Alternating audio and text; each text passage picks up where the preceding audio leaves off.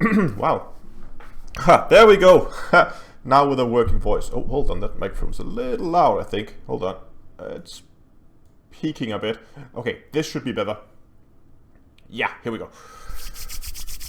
Hello everybody and welcome for today's stream. I wanted to try to make it a vote on Hello Dave, what I should stream, and I think about 2/3. I think 2/3 voted for Corvette engineering, so that's what we're going to do today. Oh, there's a signal source, and as you can see, I have already cheated and I've started a bit. Let me just get to the signal source, and I'm trying to get some improvised components. Oh, there's a high grade emission. Thank you.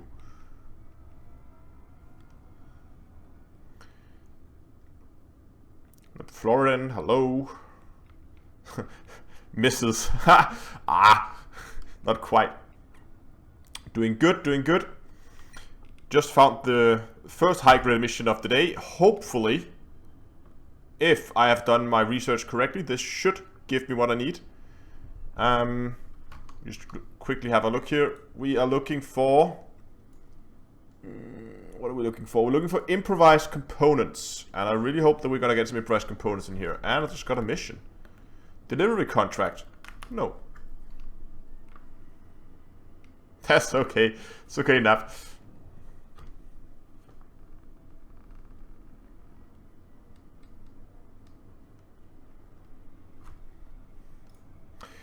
John asks, why not use Dav's Hope? Dav's Hope doesn't give grade 5 materials. So I would have to grind the grade 4 versions of it and then trade up. And that is very inefficient. Compared to just flying in and picking them up in bulk like this.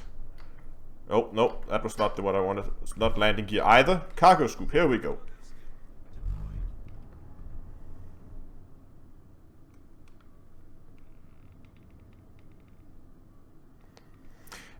The plan for today is to first go and get the shield booster upgraded. Or probably first the frameshift drive and then the shield booster.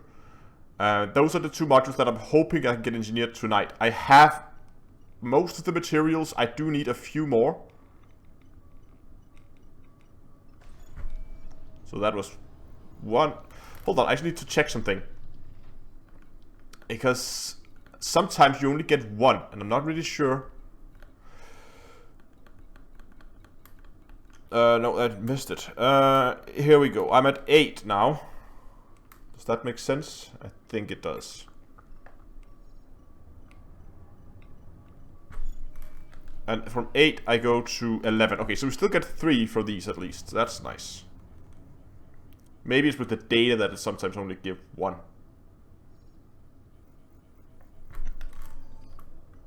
And let's just pick up the last one.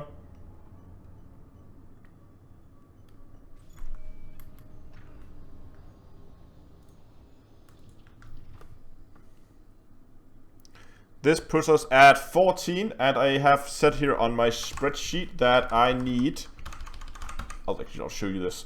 I know, and okay, before I show you this, I know there are stuff like ED Engineer and stuff like that I can use to make this easier. But I've had so many problems with ED Engineer that I've decided to just... Hello? Oh, there we go. To switch over and just use a spreadsheet. So that's what I do. But now we have the 14 of those there. So that is now done. You can see I've started the ones that's important for today because we're going to do frameshift drive and shields. How do you go about engineering shift with low jump range? I normally, if it's very low, I would normally take the slow route and I would say, okay, I would collect materials for 1 or maybe 2 engineering upgrades, then fly to the nearest station, have the ship transferred over, then just fly it from that station to the engineering base. Obviously you can't ship transfer to an engineering base, so I will do that. And then come back and fly down, engineering, fly up, take my long range ship and then go for the next one. It's very slow, so today we're probably going to fly it, which is going to be slow as well, but it's not going to be as slow. I'm trying to move out this spreadsheet with my HOTAS. You know you have played too much Elite when you're trying to navigate a spreadsheet using a hostess. Okay. So we can see here also marked here what we need for the experimental upgrades. I have everything for the frameshift drive and almost the shield. We just need to go, the yellow ones are the one we can trade to. So I just need to go and get some worn shield emitters. No, the Nathan class tanker, there's no materials around it anymore. The tanker's dead. Oh well, it's different now. So next we're gonna need arsenic, and we're gonna need datamined wake exceptions. So we get arsenic, we could go for polonium instead. And I'm thinking maybe if we can fire yttrium or autonomy at this antinomy at the same time, that would be great, because that's going to help us towards our category 1 and category 7 materials as well. We can downgrade those. So, but I think let's start with getting the data mined wake exceptions. It changed since 3.0. Nathan class, when the 3.0 hit, all the mega ships was changed. So now you can steal stuff from them, from their cargo hold. But the cargo holds, as far as I've seen, no, Mochi, I'm pretty sure that the materials inside the hangar of the Nathan class tanker is normal materials and not engineering materials. That is actually cargo materials. But we can go and have a look later, just for fun. But right now, I want to find a system in famine. Like so. Population filter.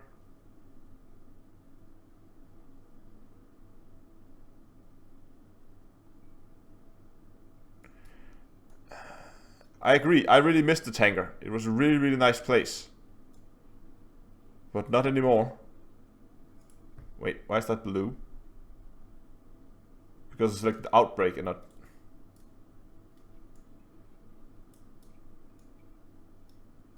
Come on. Maybe I'm a little aggressive on my filters here.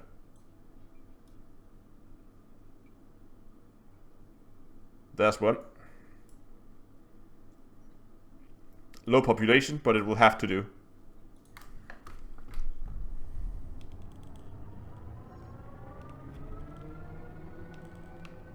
Can't remember, do I have a manifest scan on this thing? I do. So we could actually go to the Nathan class tanker.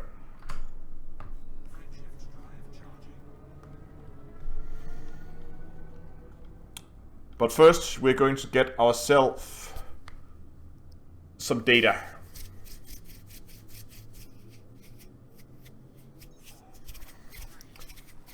Evening guys, collecting engineering materials. That's what we're doing tonight, or at least to start with. Oh, I should actually get back to direct capture mode, like that. Better performance, there we go. So first we're gonna go and get some data mine wake exceptions. And once that is done, we'll go and find some materials for surface prospecting.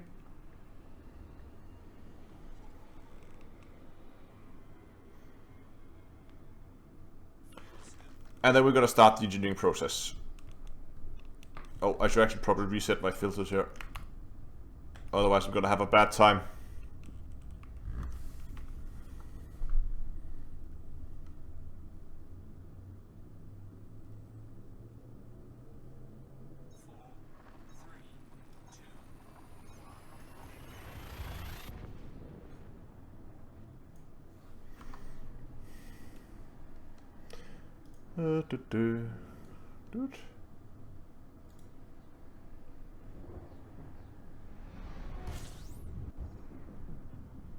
Video improved. I haven't been paying attention to Discord for the last couple hours, so if you post something in Discord recently, I haven't seen it.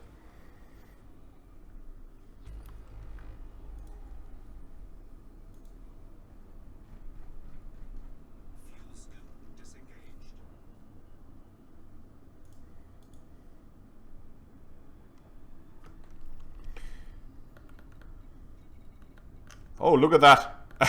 Distribution centers for days. Nice. Let's head out there. Well, that was easy. I don't get it. People often say they have a hard time finding the distribution centers, and I pretty much just find a system, go there, and I get a bunch of them.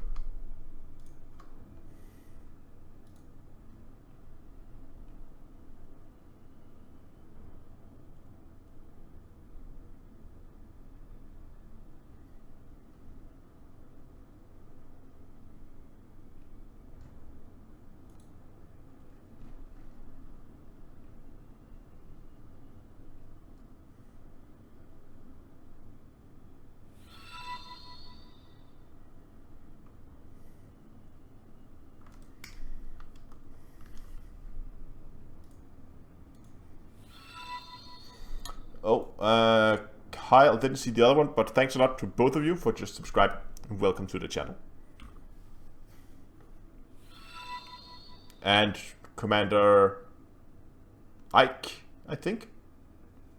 Thanks a lot as well. Oh, well, we're getting close here. Have to pay attention. Yes, John, the Guardian equipment video. Funny story. I actually made the Guardian equipment video right after launch, but then Frontier figured out that they'd done goofed with the obelisks. So I had, and it was uploaded, thumbnail, tagged, everything ready for release. But I had to delete that video because that a week after it was going to be corrected, and I haven't been around to re-record that video with the correct information. So that's why that video was delayed. It was actually planned to be out pretty short after the launch, but rest assured that video will be done probably for some time next week is the current goal, I think.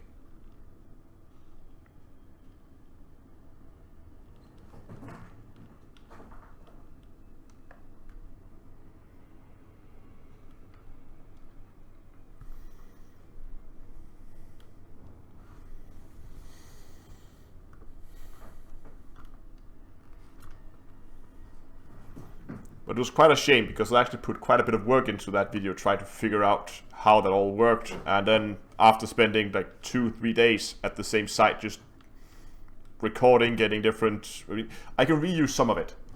Some of the scenic views I can reuse, but pretty much all the voiceover, all the... the main part of the video have to be redone. Whoa! Oh, whoa, whoa, whoa, whoa, whoa, whoa, whoa. Hello. Oh my god. Okay. Rear passenger missions, not so much. Wait until 3.0.3, then there might be.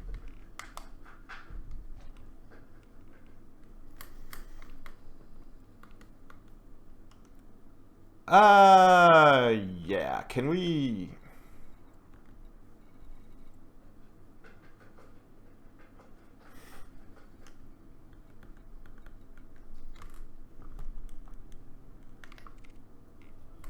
We can scan the Type 9s, they should give some nice materials as well. Well, not that one.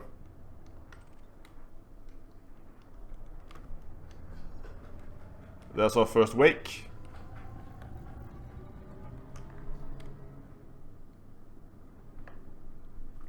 Should have fitted a better scanner.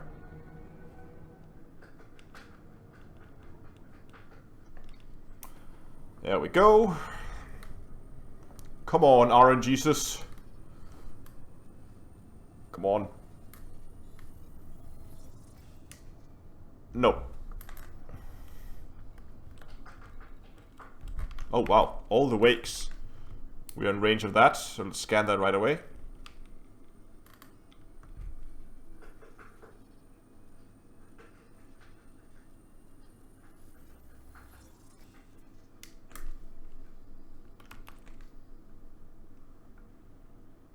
That one's out of range. That one in range as well, so we're just gonna scan that.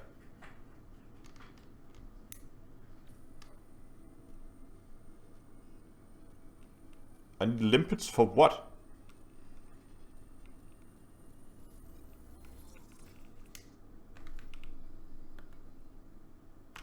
That gave us absolutely nothing.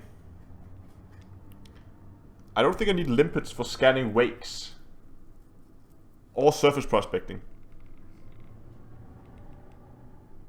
Nap, what is it that I need to scoop? There's nothing here to scoop.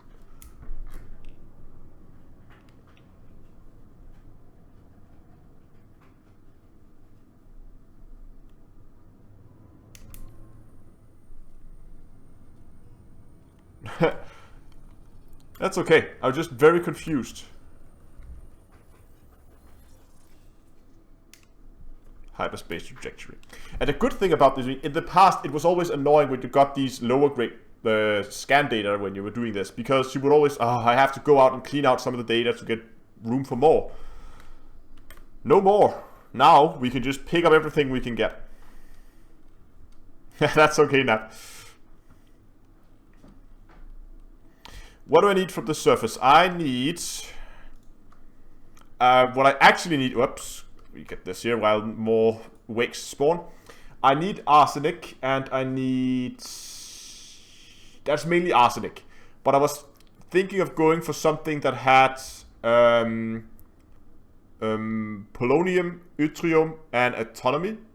Autonomy? Fuck. Antimony. There we go. Thank you. Antimony, yttrium, and polonium, because it's the grade 5 materials of the 3 categories in which you need materials. But finding a planet that has everything is probably going to be difficult. So I'm probably going to try and focus on the arsenic or the polonium, so I can downgrade it to... Yeah, antimony. Exactly. Thank you. So I can downgrade that because I think if I'm going surface prospecting anyway, I would rather just go for the high-end stuff. If we can find something that both have arsenic and polonium, that's probably going to be my... Yeah, no, Crashed Anaconda should work there. And I don't think... Do the Crashed Anaconda have yttrium?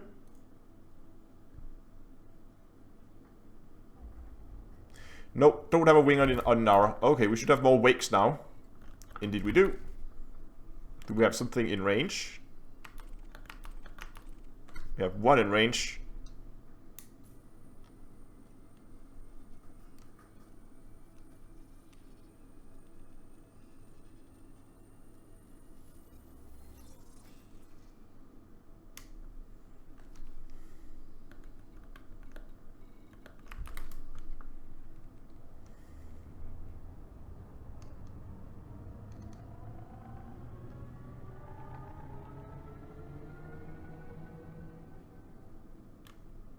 Oh, there's like 3 warp-out points over here. This is a very good place.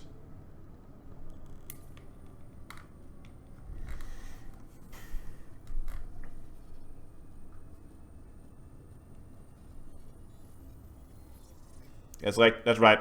Artillery. So... But since the antimony, the only, like, that's my secondary or third area actually. I don't think we're gonna go to the Anaconda. I think I'm just gonna find a nice planet somewhere. What system am I in? I am in... That thing despawned. 26 Draconis, apparently. No, that's not right. That's not the system I'm in.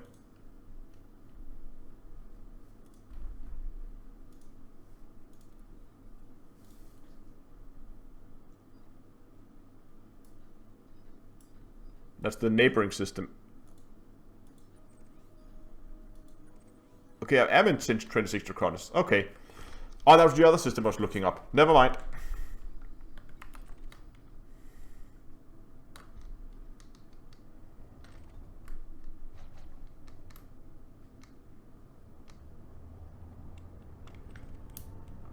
Let's get this one.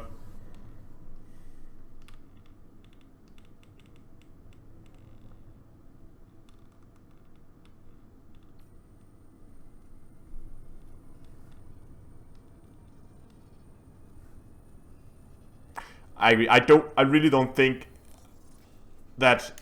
I mean, I always find it funny when people begin to complain about people advertising like good places for something. whether it be material grinding or money grinding or something like that. Because you could argue, well, if it wasn't advertised, people wouldn't go there. But I don't think it's because people, F that is actually watching the videos. They pull data directly from the game. I'm pretty sure they would notice if a game was suddenly populated with 10,000 people. So you could argue that yes, it would be indirectly a consequence of that. But half of the people who complain that it's going to be nerfed is people who wouldn't know it if it wasn't posted on YouTube. So I think it's kind of like, it's a little egoistic, I think. If you didn't know about a method and suddenly you read about it on YouTube or see about it on YouTube and then you say, oh, remove this now, otherwise they're gonna nerf it. Because now I know about it, now no one else can know about it.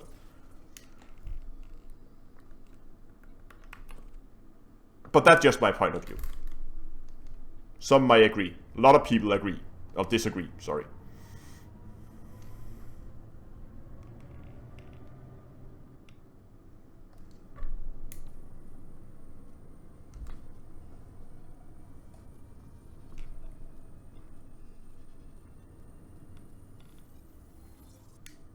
Ah, too early. The problem is I've not been paying attention to what data we've actually gotten.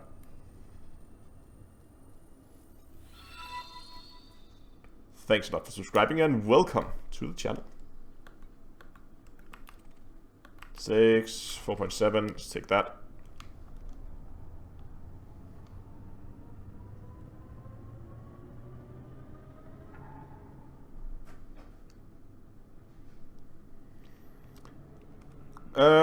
Gollum will make a video about talking about the vet before and after engineering.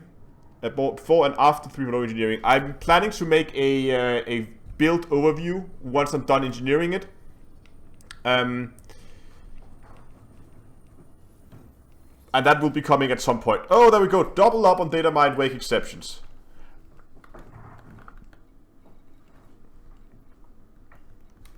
That puts us at 13. So let's go back to our spreadsheet.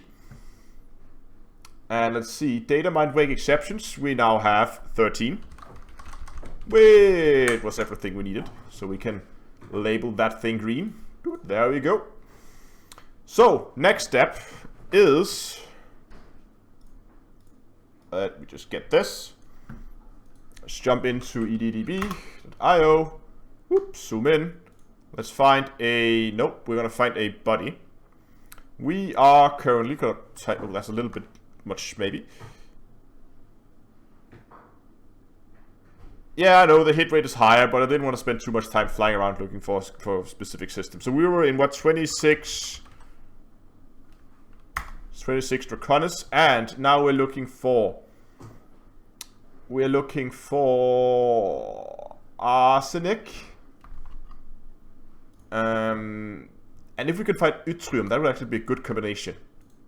Can we find, whoops, a little bit too much yttrium. Is that possible?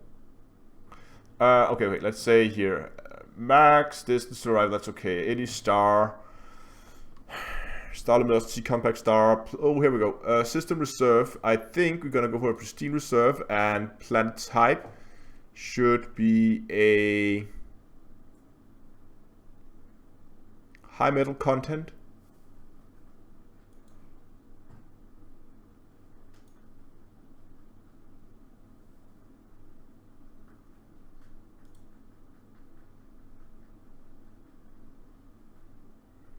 Oh, well, that was quick.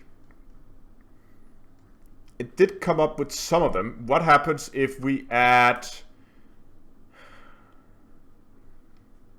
zirconium or a turner? Let's try zirconium.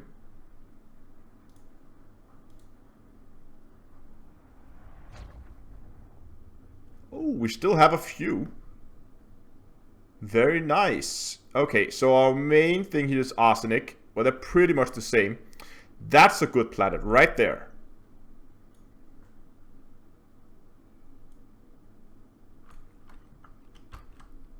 That's gonna be where we're gonna go.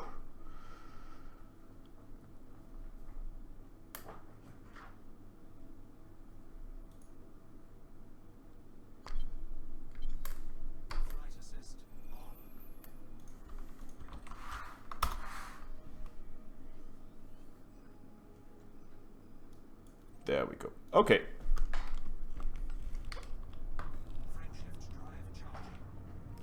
System almost says cactus. Can you buy arsenic? No. I agree. Trading down materials save hours. That's why I prefer to go for the high grade. But since I have, as you can see here, just get something. I can see the stream here. Since I have 3 different categories, and I don't think I'm going to be able to find a planet with all of these, I decided to just go directly for arsenic, yttrium, and zirconium because, well, I think that's a good combination, at least.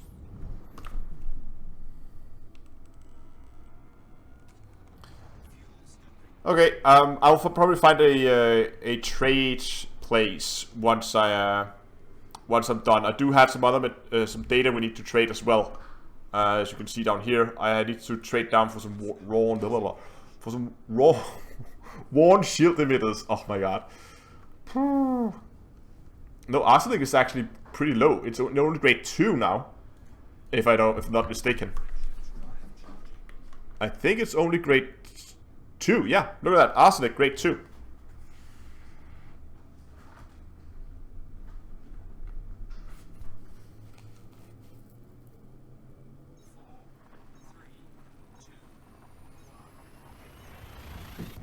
Any planet that has... Oh, you can scan the planet and every map in the planet is also... Oh, I didn't know that.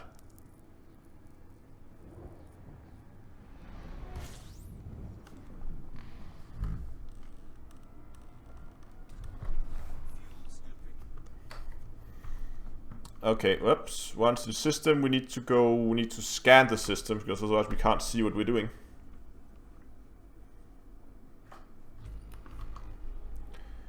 And in system, we're looking for planet A3, right? Oops. That one. Correct. What's the gravity like? Let's see. Okay, 1.2 or 1.1, so we need to be careful.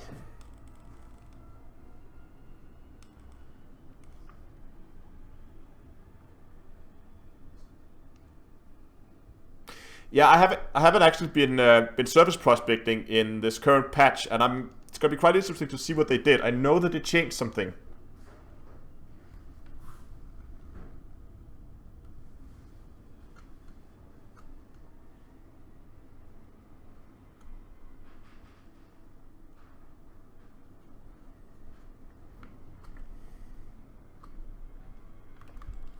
Imagine life with a, yeah. And here we go. Loop of shame. Like, you have a system with 5 planets, with Barnacles in one system. You go to all 5, and also Barnacles stay in your nav, blah, blah, blah, fly right to them based on... That's actually pretty neat. So how many different grade 5 materials only come to grade 4? How many grade 4 materials can you find there on those planets?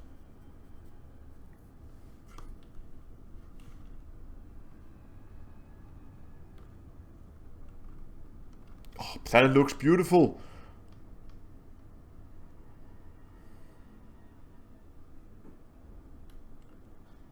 Well, that's pretty cool. Null script if you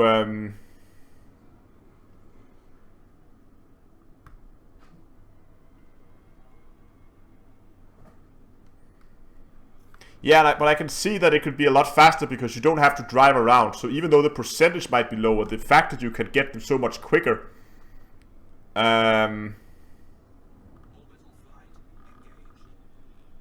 The fact that you can get it so much quicker, because if you can go one system, get all the high level ones and just downgrade, that's going to be a lot easier. I don't know, Nullscript, if you're willing to share it, I would love to give that a look, because that could potentially be a very interesting topic for future videos. And I think there's a lot of people who would find that very, very interesting.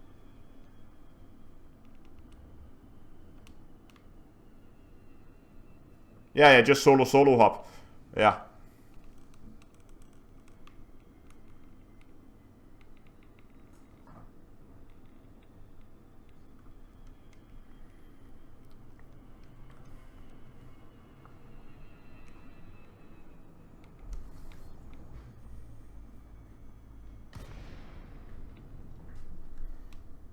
But again, Nullscript, if you want to share that location, that would be great. I mean, I can probably research it. I mean, there shouldn't be that many systems with up to 5 of those, so it shouldn't be that difficult to find. But I want to give you credit for it.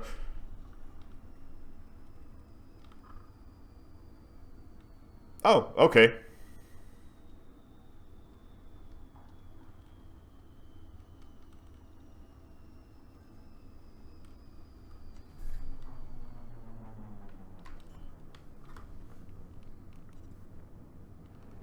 Okay, so this is where we need to be careful. No, I disagree.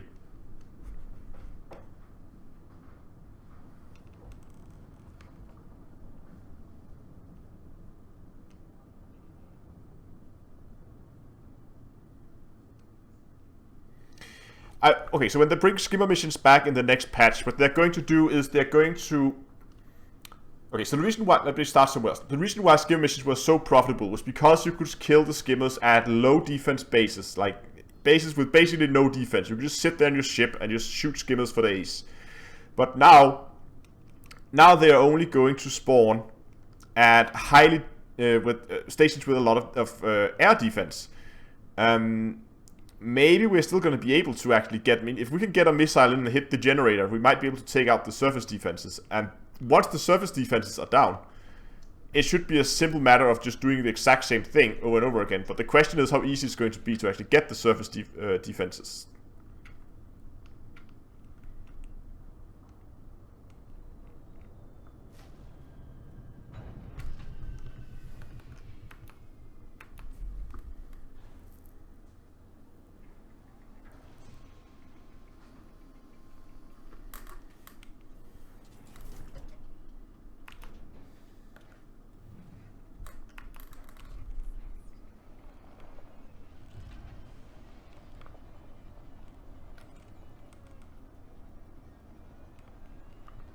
Ooh, is that? Oh, that's probably the system security vessel.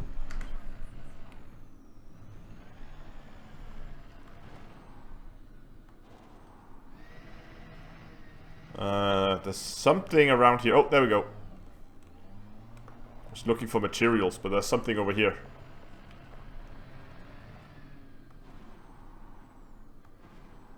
Ha! I like that. Dropping mines.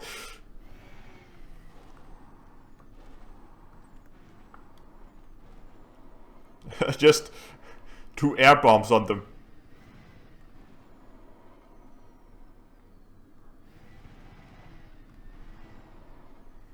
Good evening. Welcome. Whoops.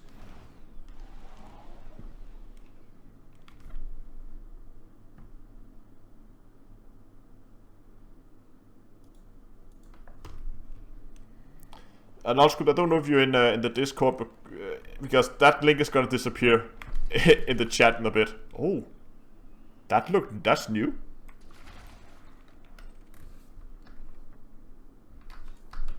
Okay, what do we get?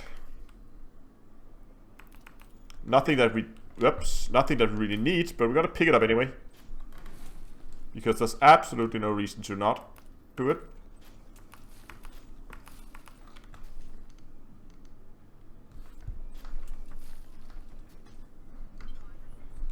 Okay, what else do we have? We have something over here.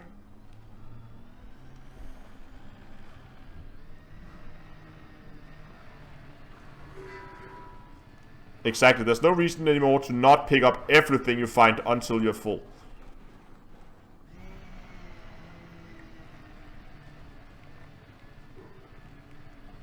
I think there's 2. Oh, let's jump that.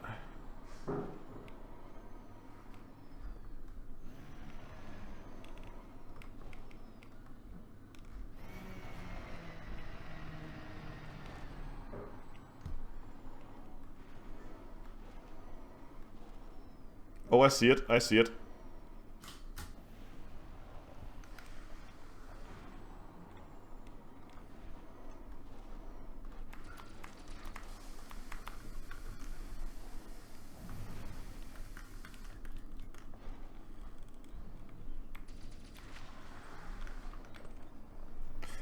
phosphorus.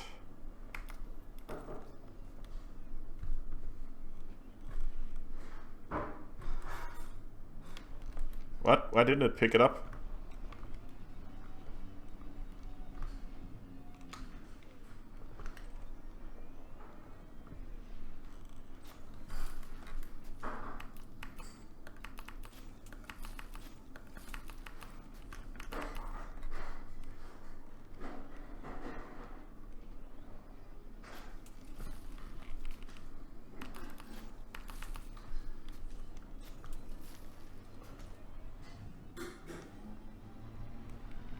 Okay, heading this way now.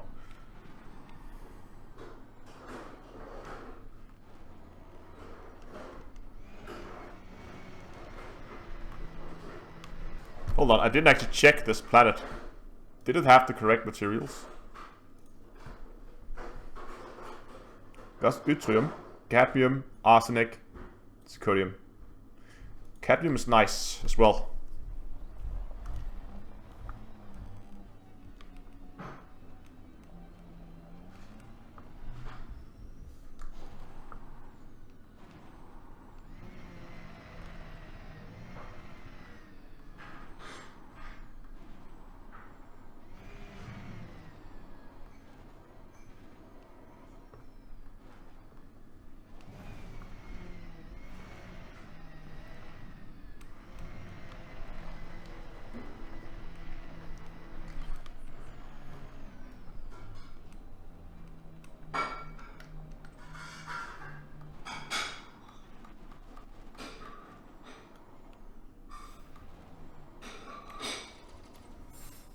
Ah, sniped.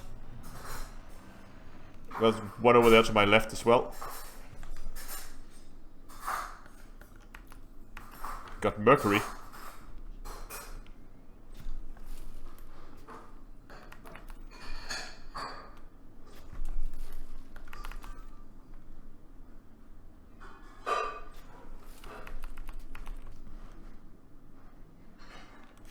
Who's doing the dishes?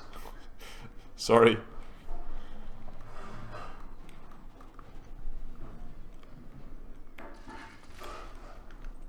Nickel, iron, sulfur. Not very lucky with my finds right now.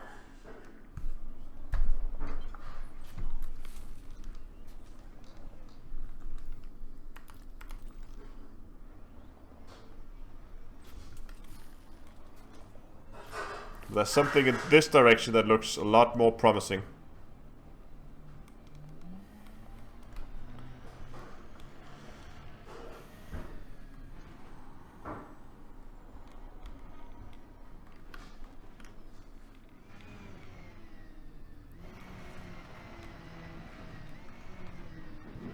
Oh, drive assist off. Thank you.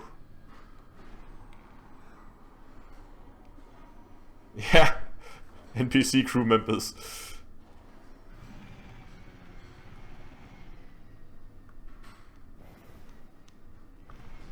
Oops.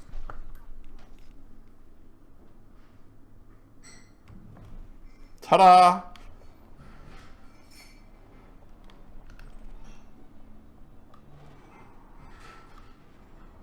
Well, this should be good.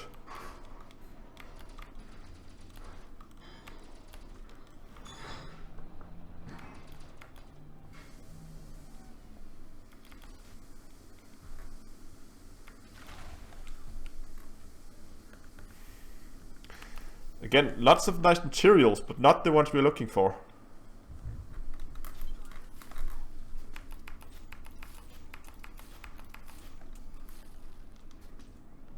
Okay, there's something over here. I know it's not what we're looking for, because it's way too big.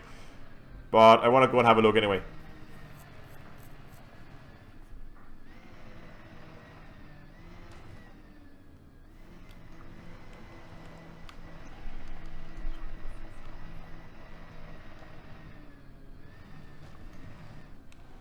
Wow, it's all over the place. There's some outcrop over there.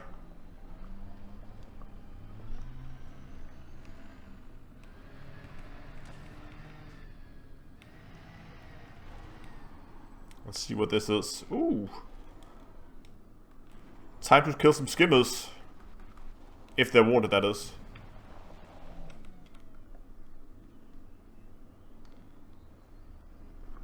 Where did they go? Just looking at chat. There it is.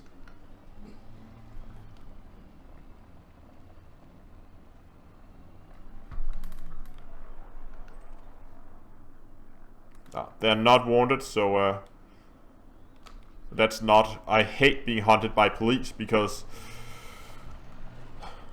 NPCs use hacks so they can actually log on to SRVs where players can't. We're gonna go have a look at it in the tanker later just to see what's going on.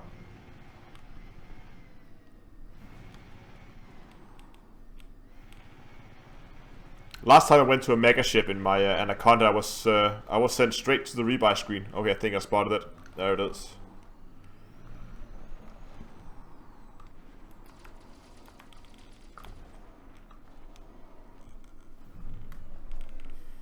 Oh wow! Look at that! Wow. Okay. Fair enough.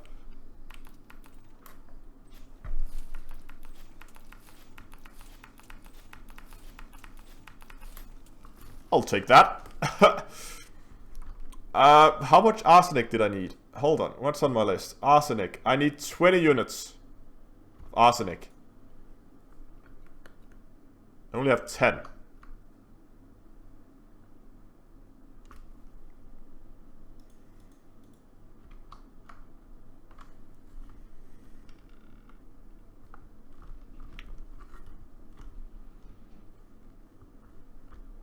Okay, why did I think I had 10 before as well. Oh well. Let's move out again. Let's just continue. Mental note. Look for more outcrops.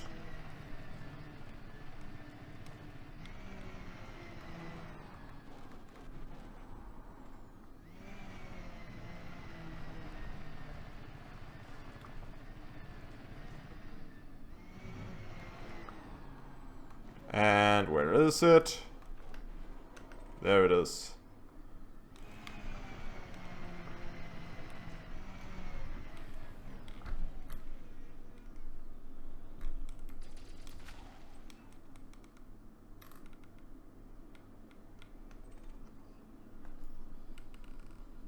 There's more arsenic. Okay, let's have a look. I am at 10 arsenic. Scoop 1. Okay, still gives... Oh, there's even more arsenic.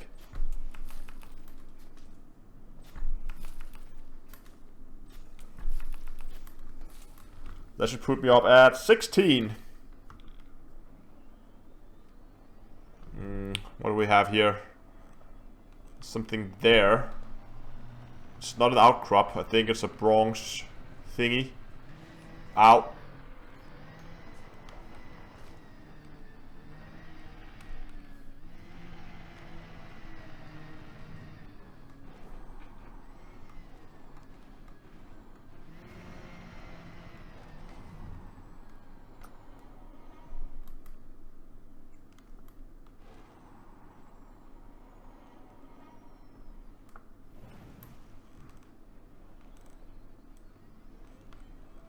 Okay, pretty strong signal now. There it is. Yeah, was a bronze. So that's not very good. Spent a few hours farming at Dav's Hope.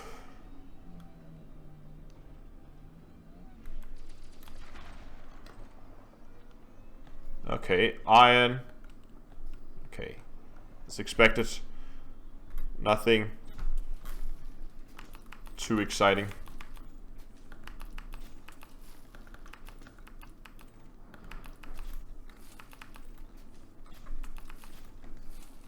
Okay, what else do we have in this area? Absolutely nothing. So let's find a way. There's absolutely nothing, like here. Yeah, if you spend a few hours at Dad's Hope, you should be set.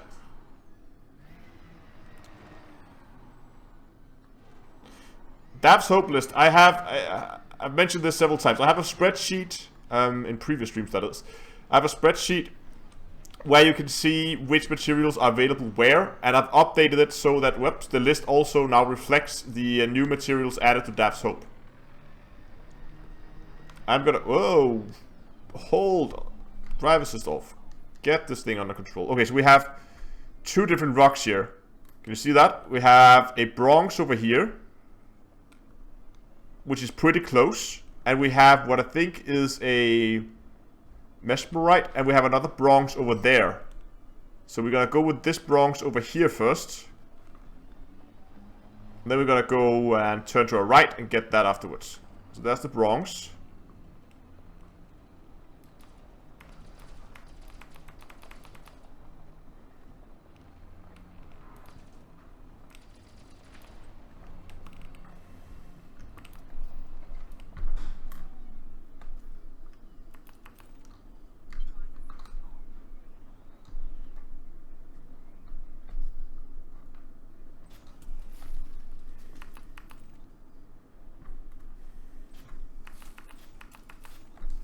So now we should be able to get stuck. We should be able to turn here. Then find that rock in this direction that we drove past before. We now see the other bronze here on the right hand side of the scanner.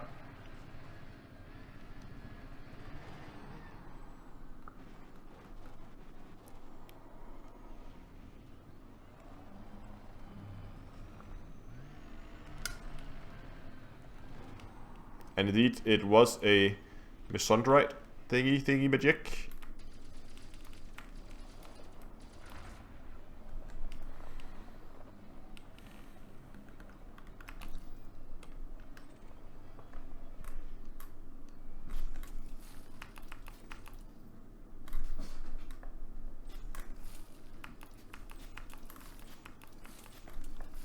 And then we should have another bronze over here.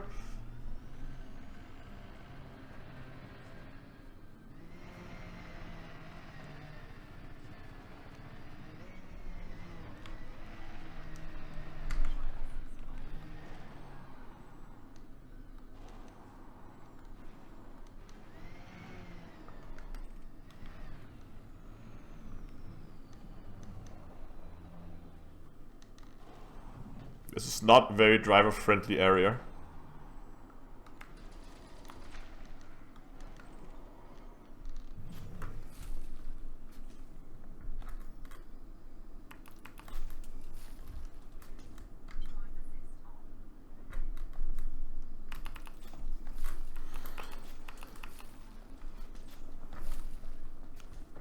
Oh, we have another one up here.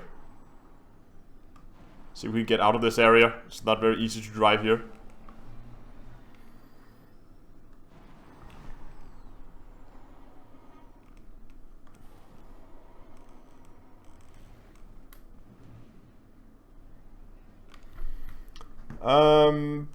Asking where I find that list of engineering materials. I will go ahead and share. Anyone with the link can view, copy that. And I'll post that in the chat. There you go. Okay, let's get, how much arsenic are we up to? We're up to 16. We need 2 more pickups of arsenic and we should be good.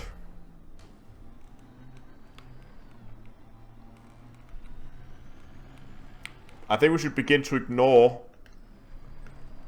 the bronze, because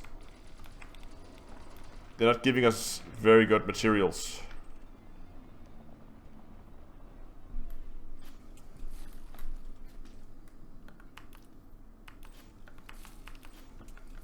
Unless, obviously, they are right in front of us.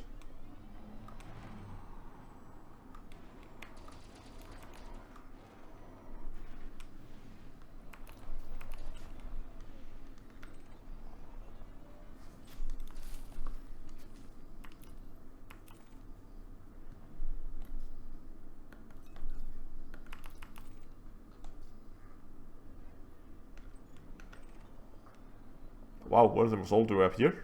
Okay.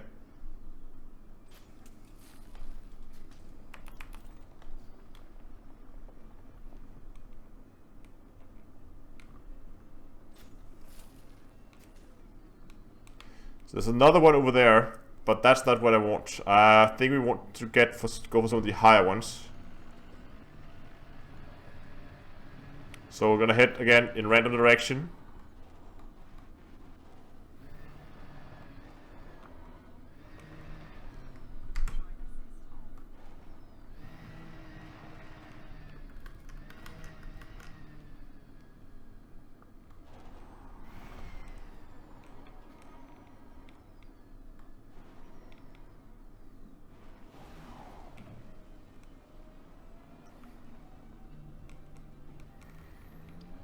We're gonna start by engineering the frameshift drive, give that an upgrade, and then we're gonna go...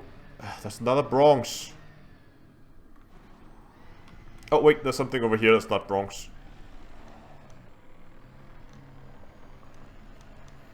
And then we're gonna do the shield generator after that. We pretty much only need the arsenic, then we're done with the material gathering for now.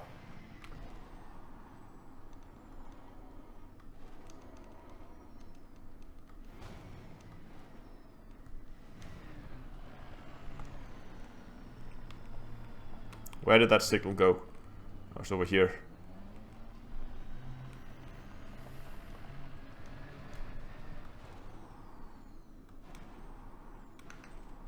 There it is.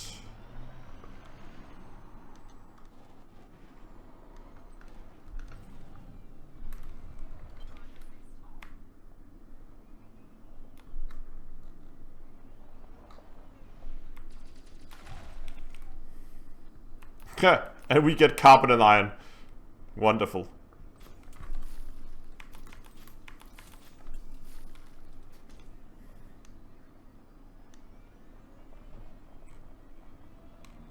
There's a bronze here, there's a bronze, there's 2 bronze here.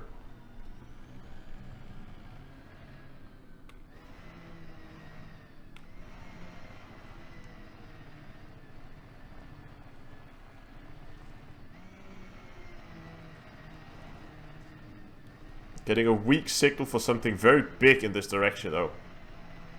Could be interesting.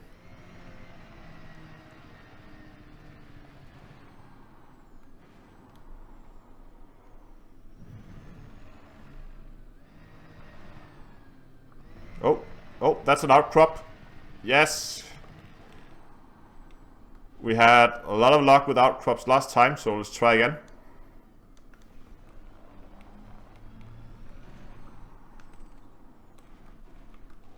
And snipe.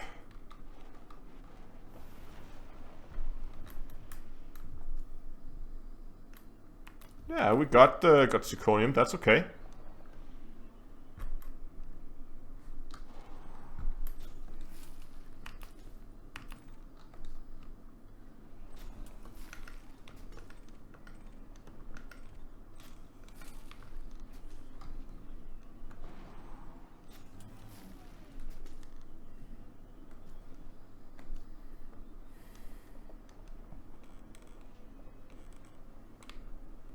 Those are both. It's all bronze around here right now.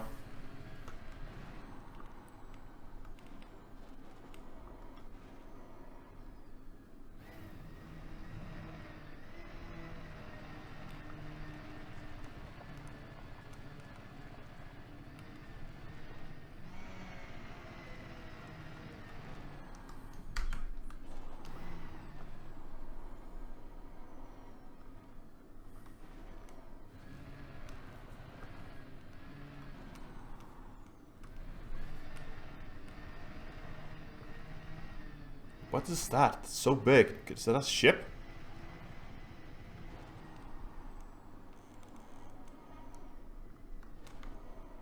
Oh, there's something over there. I can see it.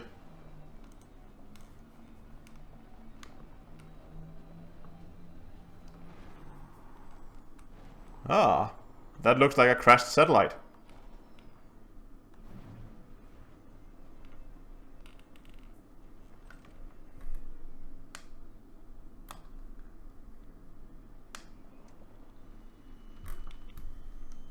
Scan it, see what we get.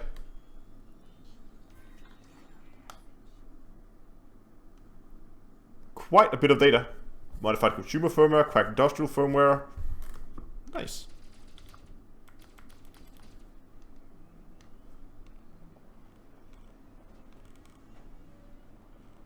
See, that's another Bronx. Don't want to go for the Bronx right now.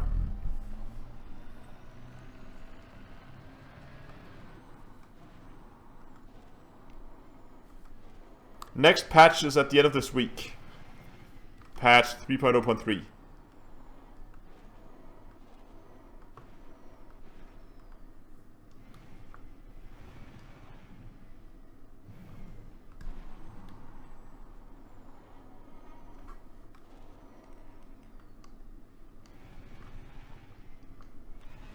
More Bronx stuff. This is the time you save if you use that other method we talked about earlier, which I think is going to be really profitable.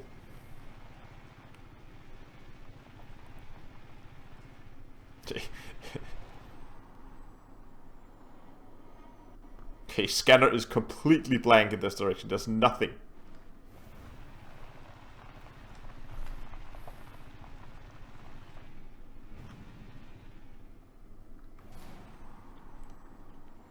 Torn between the Corvette and the Cutter. That depends what you want to do. I would probably say Vet, because that's the ship I use the most and enjoy the most, but again, depends what you want to do.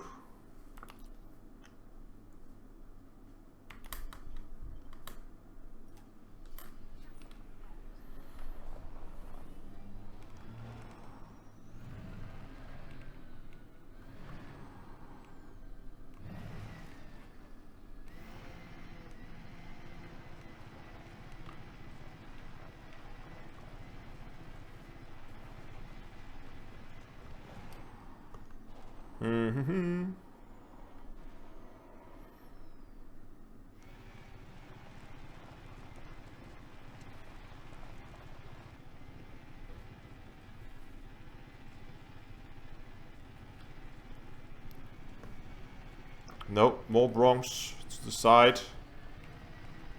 We're just gonna keep going.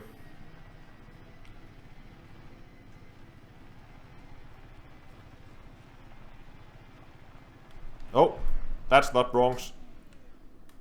I just saw a shadow of a outcrop. There it is, look at that.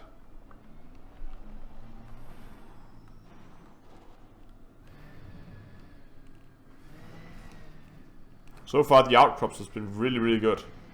Oh, are there two of them? There are two outcrops. Nice.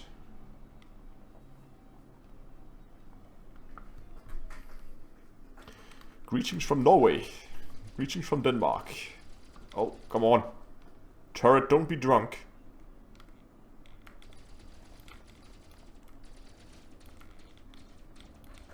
There we go. Let's see what we got. Ah, that's pretty boring.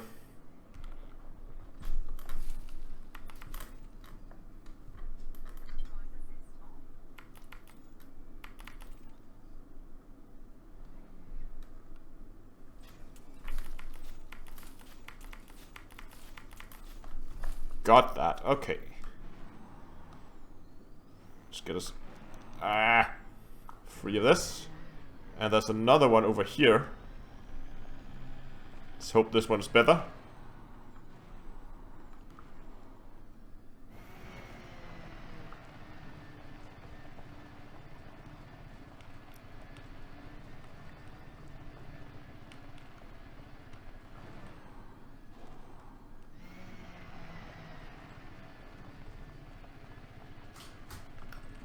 There it is.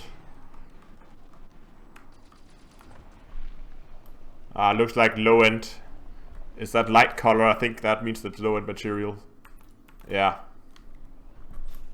It needs to be gold in order to be good. Oh, there's actually arsenic. Oh well. Not all bad then.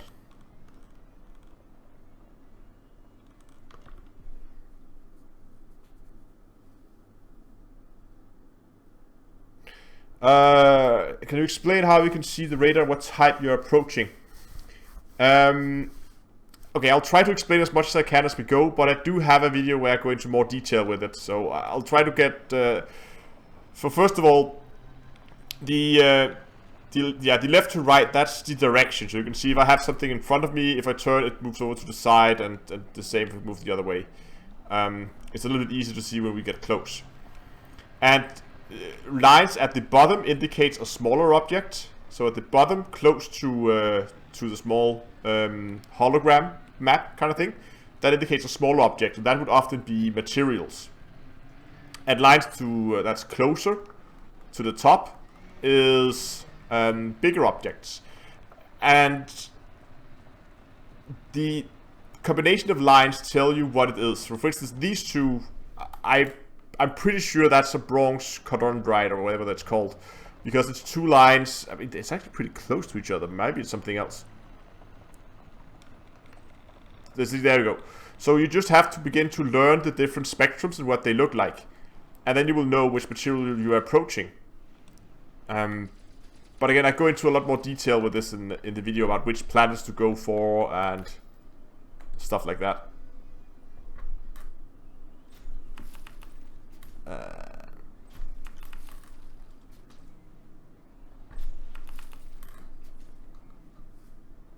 Come on.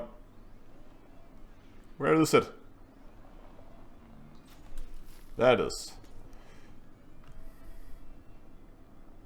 Bronzite cord, yeah. I've given up on those names sometimes. Get rid of those. What time is it? Okay.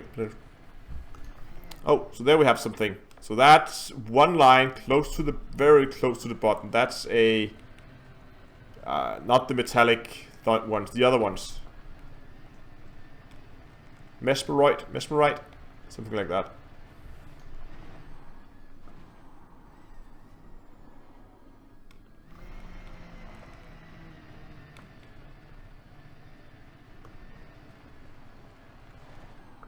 And should be right here. Mesondrite, that's the one.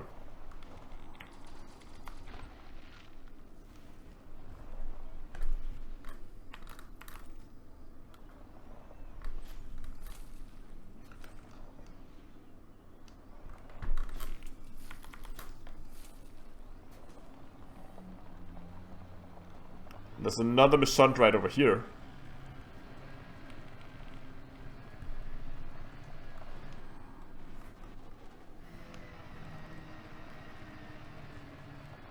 Somewhere.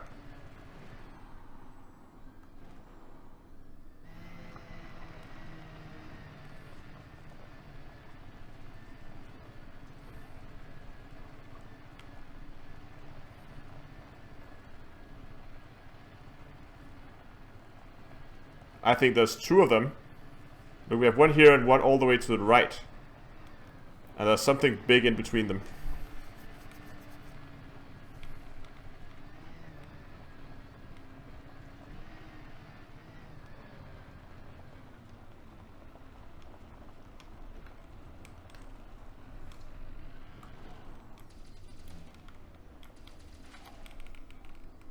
Oh, wow. Lots of stuff. Not a lot of the stuff that we need, but a lot of stuff.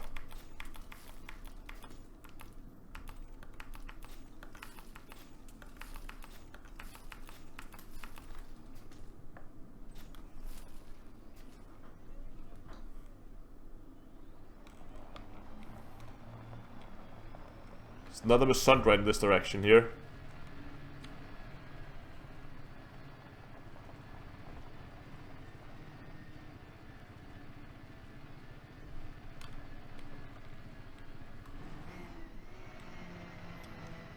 And from that spectrum, that big item over there to our left, that could be another crashed satellite.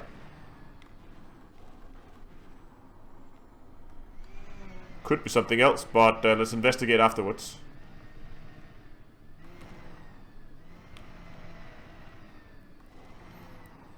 That's a very broad signal.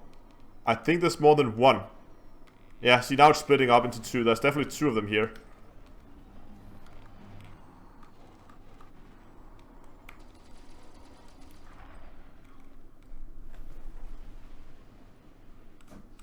See, that's the other one.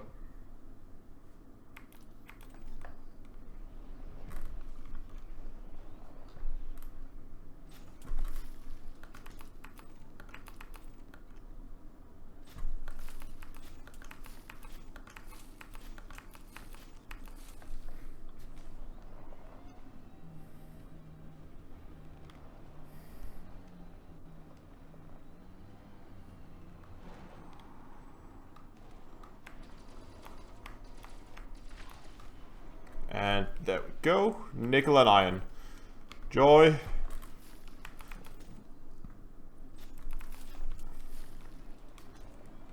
Let's go and have a look. Oh, there's another one. Wow, they just keep spawning. Oh, well. Just found a good area, apparently. There's actually another one to my left. I just noticed. Should be right there. It is.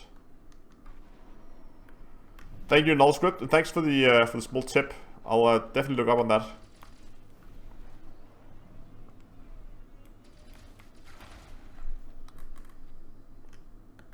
Oh, and there's is that a last arsenic?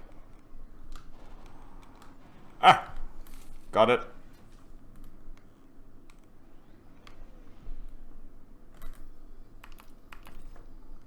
Light game is on point. I've made it a habit to always try to snipe the rocks when I fly around.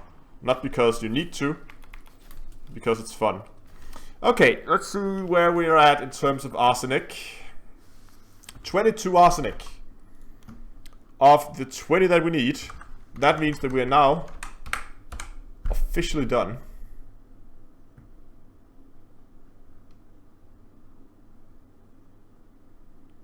Let me just quickly color in my thingy here. Actually, let's have a look at the oops, nope. There, and all the way at the bottom. Got 19, okay. We still need a few. That's okay. We haven't found a lot of yttrium, but that's probably okay.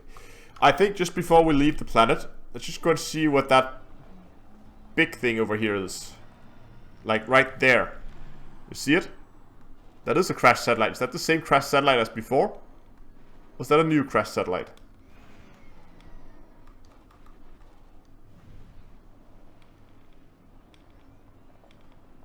That's the same one. Look, that's how it tracks from before. Ha! Okay, we've gone full circle.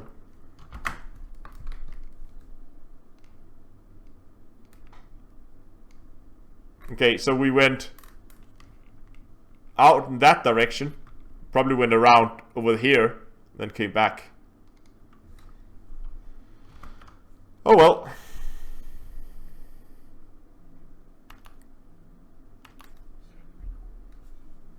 What?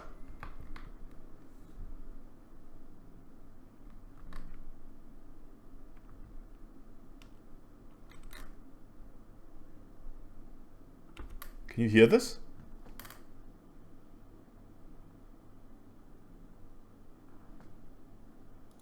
Turn up the game volume a bit.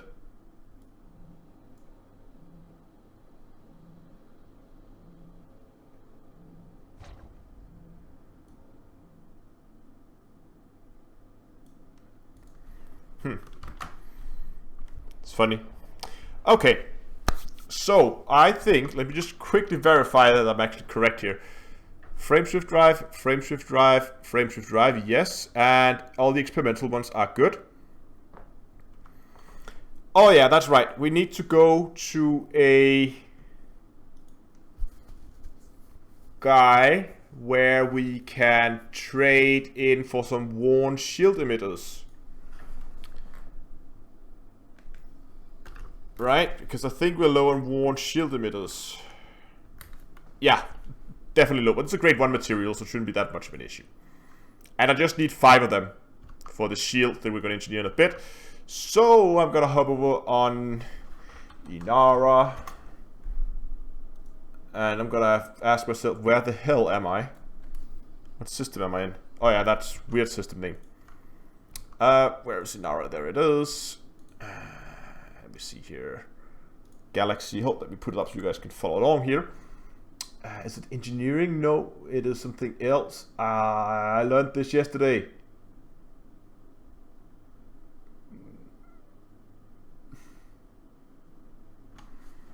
Where the hell is it? Technology broker?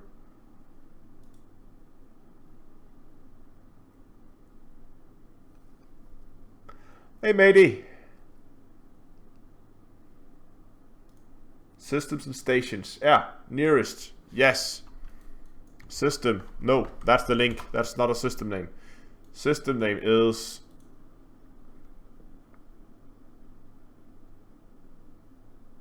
Come on. Work with me. GCRV space 2743. There we go. Search. And we're gonna look for a material trader.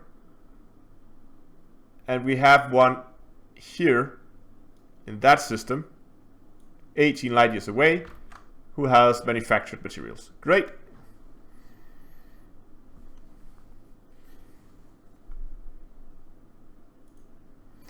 No, you're probably right, Golem. If I didn't actually remember it, probably wouldn't.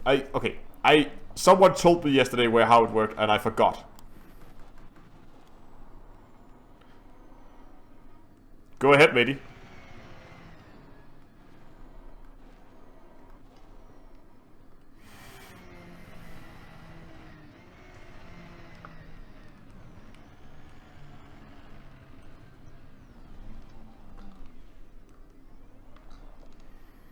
Ask away, and I'll do my best to answer.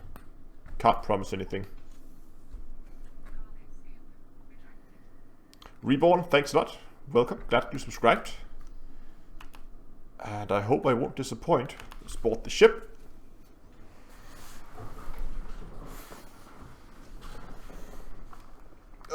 Phone away. Hey, more people following me on Twitch. On Twitch, I've never done a single live stream on Twitch. Yet I have several people following me over there. I have the account in the off chance that I want to stream there at some point, but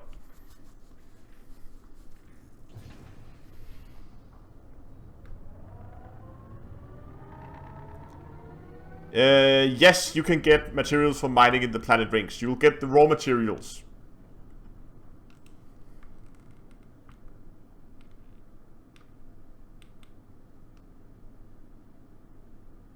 And yes, you will need a refinery, I think.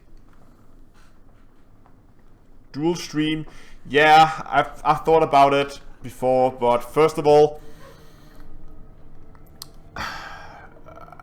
then I need to capture 2 different chats as well to put into the stream, and I also need to monitor 2 different chats. There's enough to look at, unless there's some like one place where you can just merge the 2 chats together, which I haven't seen.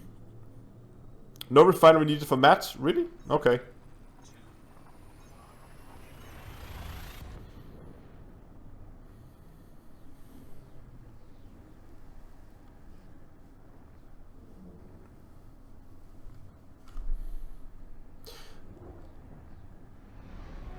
So I've never liked cross streaming because it's just gonna be confusing, especially if you have 2 chats and I answer a question that's been answered on the other stream than some people are watching. I don't know. I would find it confusing. So is that the right station? Yes, it is.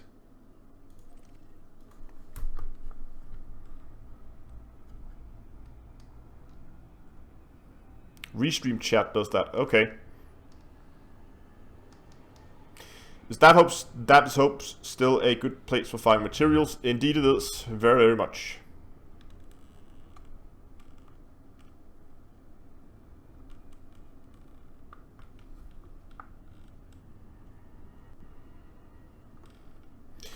Yeah, Mixer, that's right. Okay, there's several platforms, but still, I mean, I don't know. So the streams are mainly just for fun, because I like it, because it's interesting, and I mean, I appreciate that people follow me on Twitch, but unless YouTube does something drastic, I think I'm gonna stay here for now. Oh yeah, that's actually right. I don't know. Okay, so I don't watch a lot of streams on Twitch. I watch most of my streams on YouTube, but YouTube just implemented a feature where the chat can now be replayed. So even though if I didn't have the chat on the stream, you could still see the chats next to it. Though I haven't managed to get it to work. It seems quite buggy at this time, so that's why I'm going to keep the chat in there. But if in the future that's going to be something that's just working, then I will probably get rid of the chat and do something else with that space.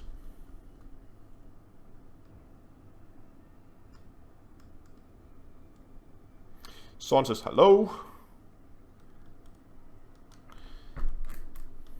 We can't even get it to come over on PlayStation 4. The main problem is I don't have a PlayStation 4. So, I mean, buying the game on PlayStation, not a problem, but it's gonna be little use to me. Hello, Michael.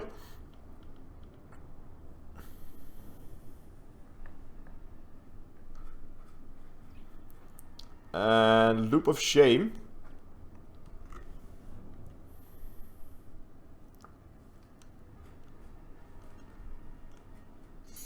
There we go.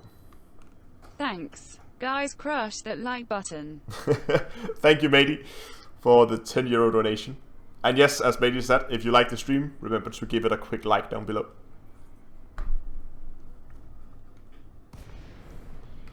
Oh, where is... There it is. Oh, I keep forgetting.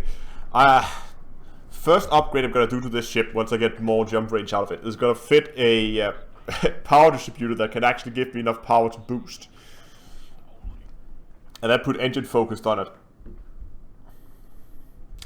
Oh yeah, before we go and get the Corvette, we should probably go and have a look at the tanker. Because I think...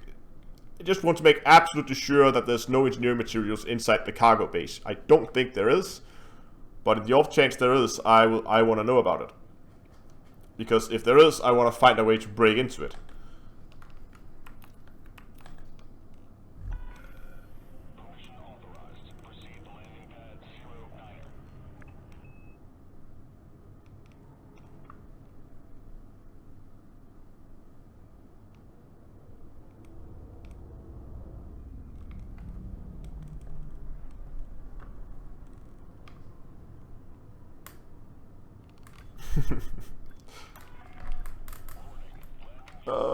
And oh, landing gear out.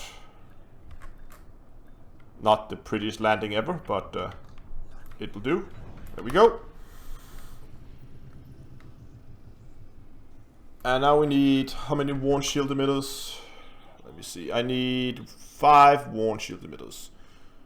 So let's just refuel, repair, and find the material broker. It is manufactured, so yes, that's the right one. More shield emitters, there we go. Now I don't need, I shouldn't have a lot of Imperial shielding. Just trade one in and we have everything we need forever. Let me see if I need anything else in terms of shield stuff. Like, what's the name of these? Shield emitters, shielding. I just want to make sure I don't trade stuff in that I need. No, what about compound shielding? Okay, wait, so I don't need these, so I can just trade this in like that. There we go.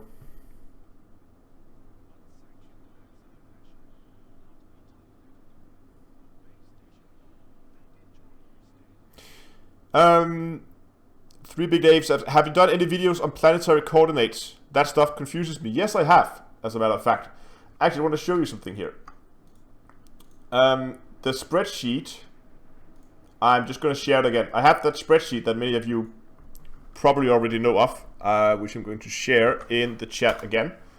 And just put it up over here. And switch the stream over so you can see it. Like so. Okay, so that's this normal spreadsheet. You can have all the materials, the types, data type, the subtypes, the grade, and here's where they can be found. And out here you will find video links. So if I want to find arsenic, or let's say I want to find Astronomy, that one there, I will say, aha, then you have to go and watch that video, which takes you straight to the video about the crashed anaconda. But there's more in this sheet. There's also a German translation, which is nice, I guess. Then I have a list here with engineers, where I'm slowly but surely making videos about how to unlock all the engineers. You can see I've done, what, 4, 5, 6, 7 of them now. Moving on to probably Professor Palin and Laurie Jameson as the 2 next ones. But there's also a tab here for what I just called useful videos. And in here, you will see navigating by planetary coordinates. There it is. And there's the video. So I'll just post that for you as well. And I try to update that whenever I do something else that I feel like would fit within the engineering realm. I've got to keep this focused on engineering. So for instance, I have landing on high gravity worlds. Well, if you want to go to a high G world, navigating by planetary coordinates, if you want to do that, for instance, find DAV SOAP, something like that. And the basic SRV radar guide. All that stuff is in that tab of useful videos. So there's lots of stuff in there, more to come. And I'm constantly trying to keep this updated. Boo! So there we go. We now have everything we need for our engineering. So now we need to go and look at the tanker, which is just going to be a small... update that spreadsheet there. Okay, good. Just going to be a small detour. And I'm just going to look up where it currently is.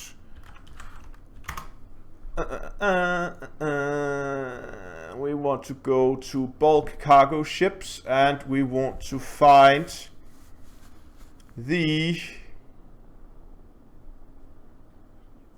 No, it's not a bulk cargo ship. It's a tanker, obviously. And we want to find the nothing class tanker. Current system. There it is.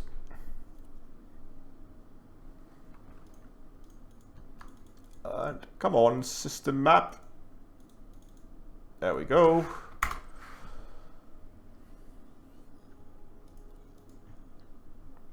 Three jumps.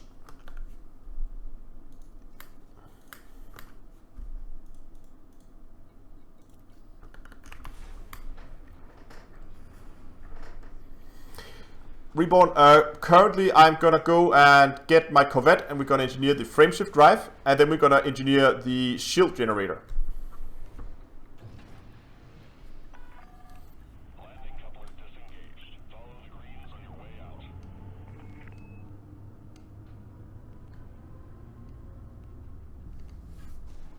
out. Oops.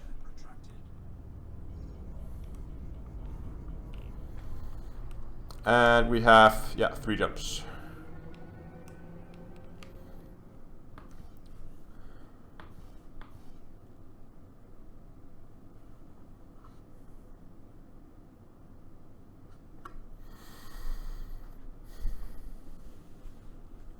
Jump range on this ship is around 55 with a full fuel tank, 58 with an empty fuel tank.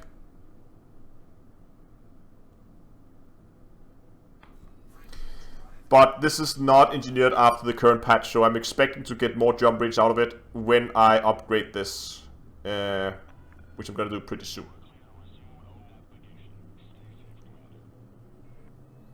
Maybe I'm going to try and recall this somewhere close to the to Farseer, or to, was it Bill Turner who does that as well? Just so I can go and take the Anaconda down and get that frameshift drive upgrade on it.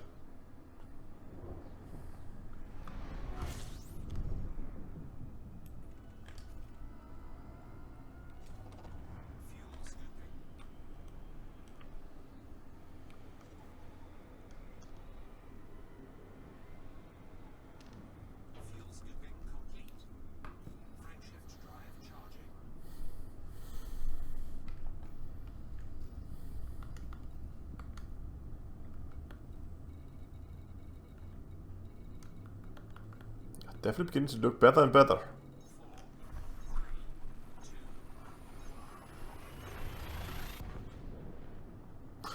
What mods I'm putting on the shields?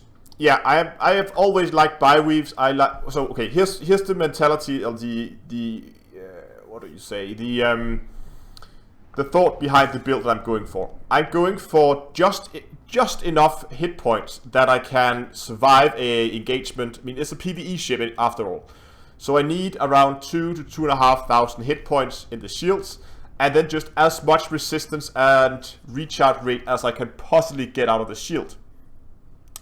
The reason why I need that is, the reason why I do that is because having a high resistance mean that your recharge rate is going to be more effective. I mean, I will still recharge the same number of hit points per second, but those hit points will account for more effective hit points because of the high resistance.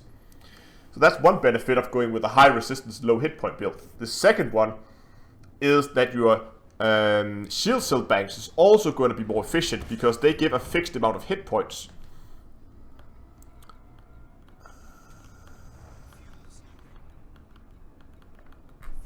What? Where is it? It should be around planet 2.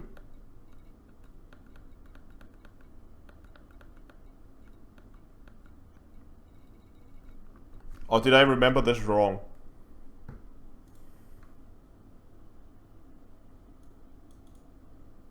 Yeah, planet 2. It must have moved. Should for good measure scan the system. So what I'm putting on the shields, I can't remember. Is it reinforced that reduces your recharge rate? I think it is. No, is that thermal?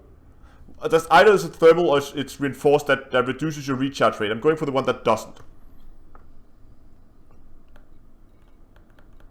Okay, just to confirm that I'm not completely blind here. There's no tanker here around planet 2. Did they mistype the system? Nope.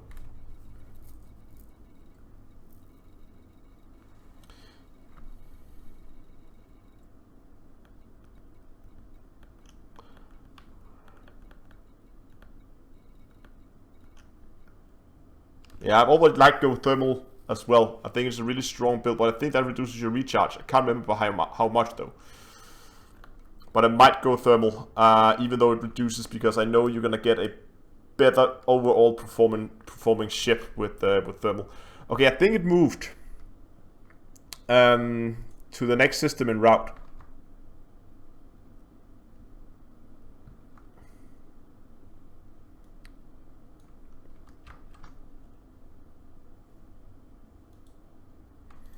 Go with thermal resist and fast charge. It doesn't reduce. Okay, let's try to move to the next system in its planned trajectory here. It shouldn't be too far.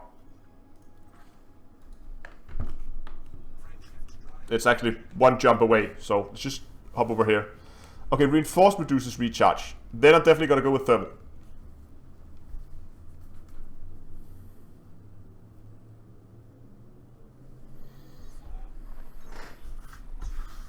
That's right. Yeah, because if you go reinforced, you just have to spend so much time on your shield boosters to compensate for that low, and it's really a lot of shield boosters to compensate. Whereas if you go thermal with the shield generator, you get it more balanced, so you don't have to balance it out that much with your shield generators. Okay. Here it is. It just moved to the next system.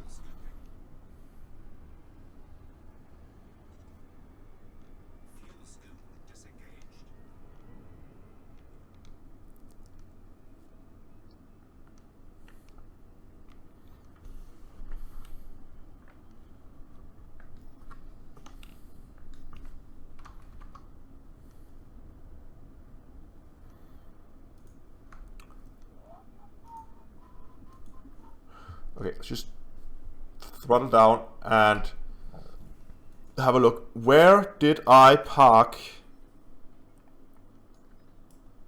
my Corvette? There. Okay, it's 2 jumps away. Nice. And it's pretty smack in the middle of everything, so that's nice. So we don't have to travel that far, hopefully.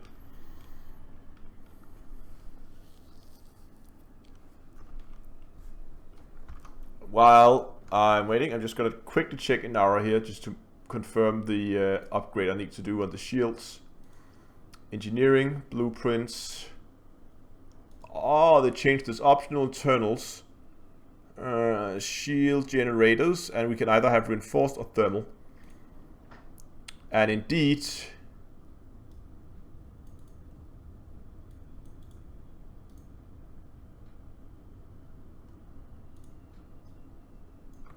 oh, we're getting close.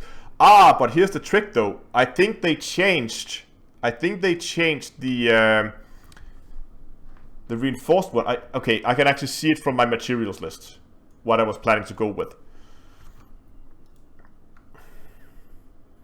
So for shields, I have said that I need arsenic,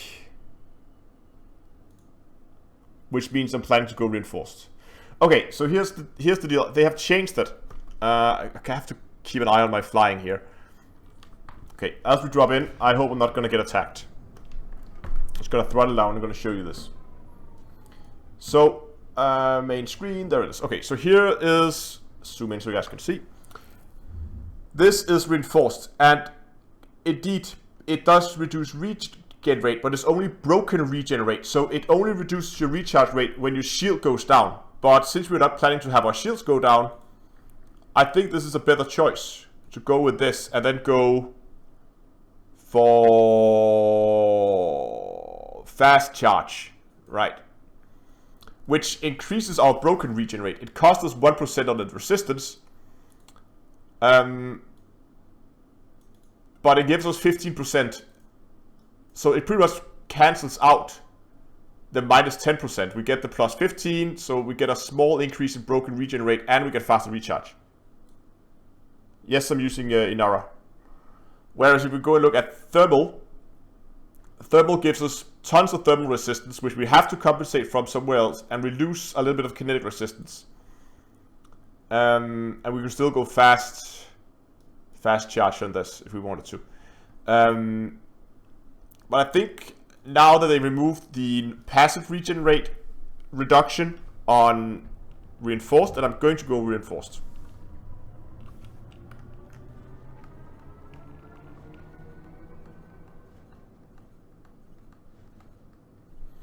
No boost.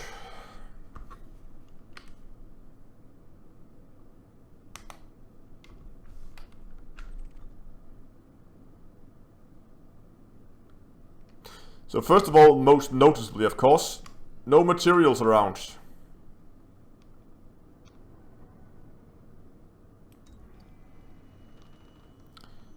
But damn it, that doesn't mean we're not going to give this thing a scan.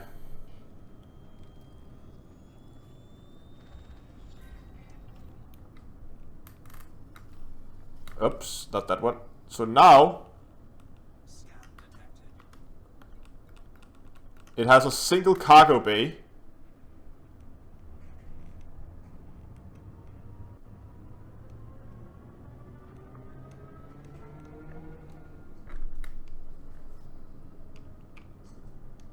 Oh, which is back here apparently.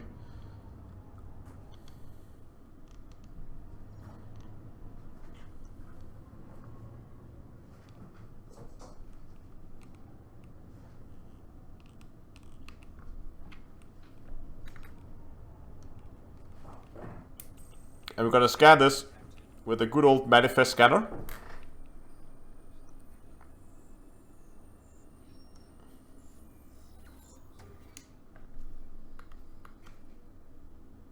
So look at that, performance enhancers, liquid oxygen, basic medicines, and that. So there's no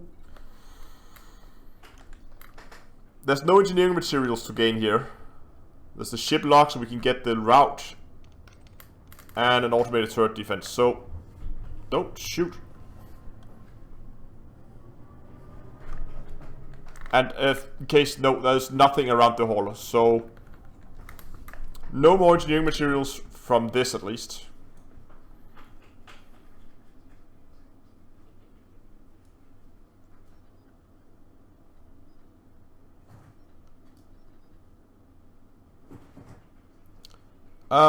So where was it I parked the Condor? Is that system? No, that's the Anaconda. Not the Conda. I'm not looking for the Conda. Hold on. Let me see this. Shinrata. Was it that one there?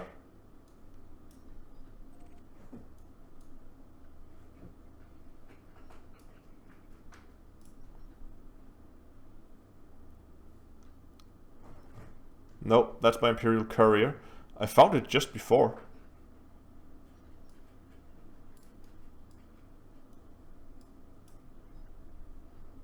Is it that one? Federal Corvette, here it is.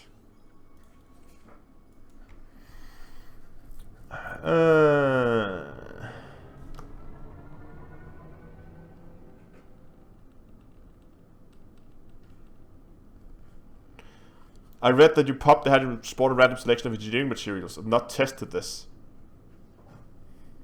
It might. I haven't tested it either. Oh, well, I did test some of it. I think we did it with a hard points. We did it in another live stream. I didn't get anything. Yeah, you aggro everyone, and so the problem is not the ships around the mega ship. It's the automated turret defense. Tanker doesn't work anymore. Nope.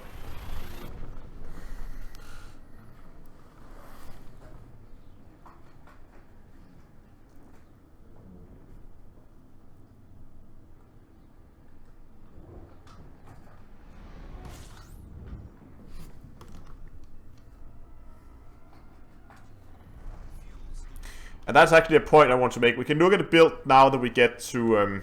yes, that soap still works. We can look at the build, because I'm gonna make some slight changes to it, I think.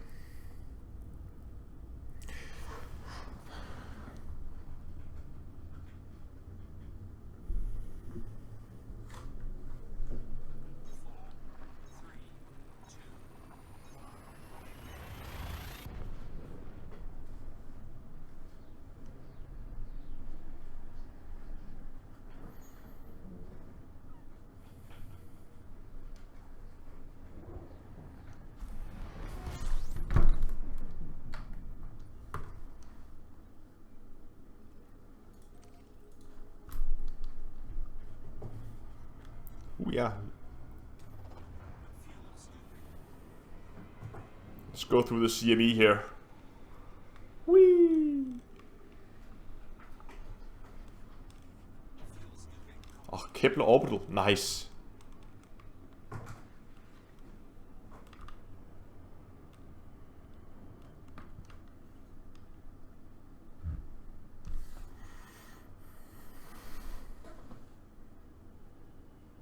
Maybe it's best to top up on DAF soaps before. I think if they remove DAF soap, engineering material is going to be a bitch to find.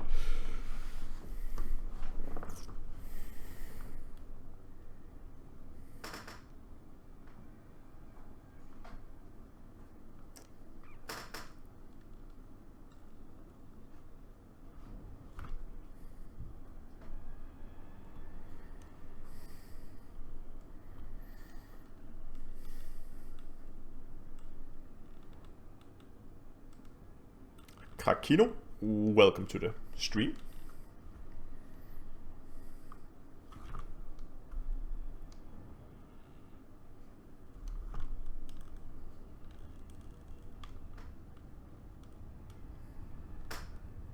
The good news is Imperial shielding is the least to find. Well, quote unquote easy. Is there other ways? I always use high grade emissions.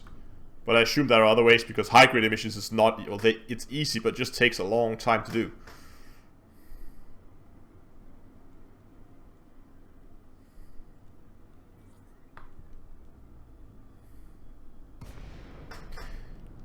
Yeah, I don't think they're going to remove that soap. I mean, it's been in the game for so long now, and they haven't touched it.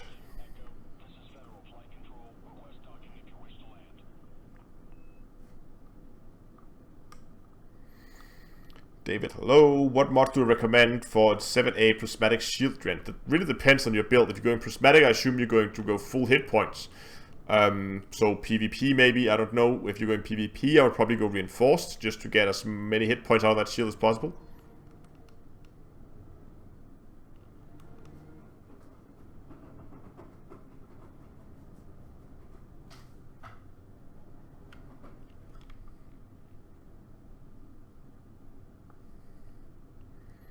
Ah, okay, nice.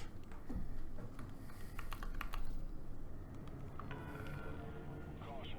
Observe local speed limit. Landing permission granted. You are clear for approach to pad 10.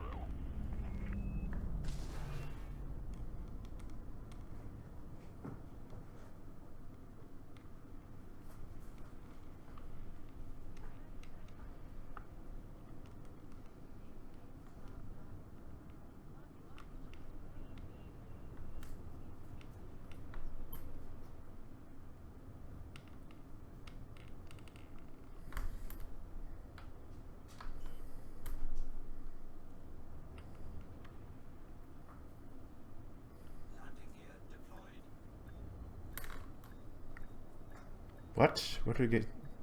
Do you remember?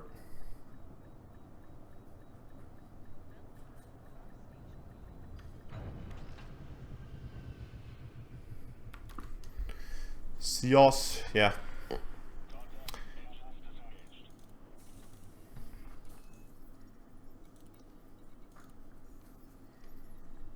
Okay, let's have a look at the current version of the build.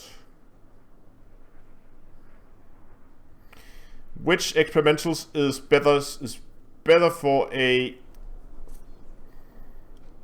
grade 5?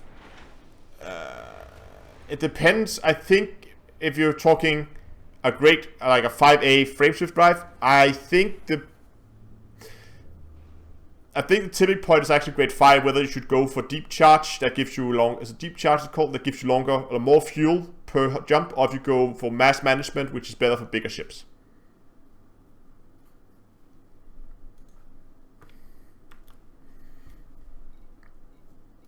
Let's have a look at the loadout here. So for hardpoint right now, I have 2 cannons. You can see these are already engineered, but these are all legacy modules. And I'm going to keep the cannons probably going to keep their overcharged high yield. The reason why I don't go for sturdy, which I've recommended in the past, is because where is it? Here, the armor piercing is already 90, and the maximum armor in the game is currently, I think, is it 70 something? I think we can pretty much penetrate any armor in the game, and we already have a very high armor penetration. So I think going high or going overcharged on the cannons is a good choice. The high yield, of course, because we are going to do a penetrator build. But I'm not really sure. Does any of you know actually? If angling in this game has effect. Thanks. More than welcome. Thanks for the donation. Okay, so I've always wondered if angling has anything to do in terms of armor. So if it doesn't hit something straight on, will it not penetrate? Or see, I'm not sure if it's just flat armor that does. Anyway, burst lasers. I'm gonna go long range.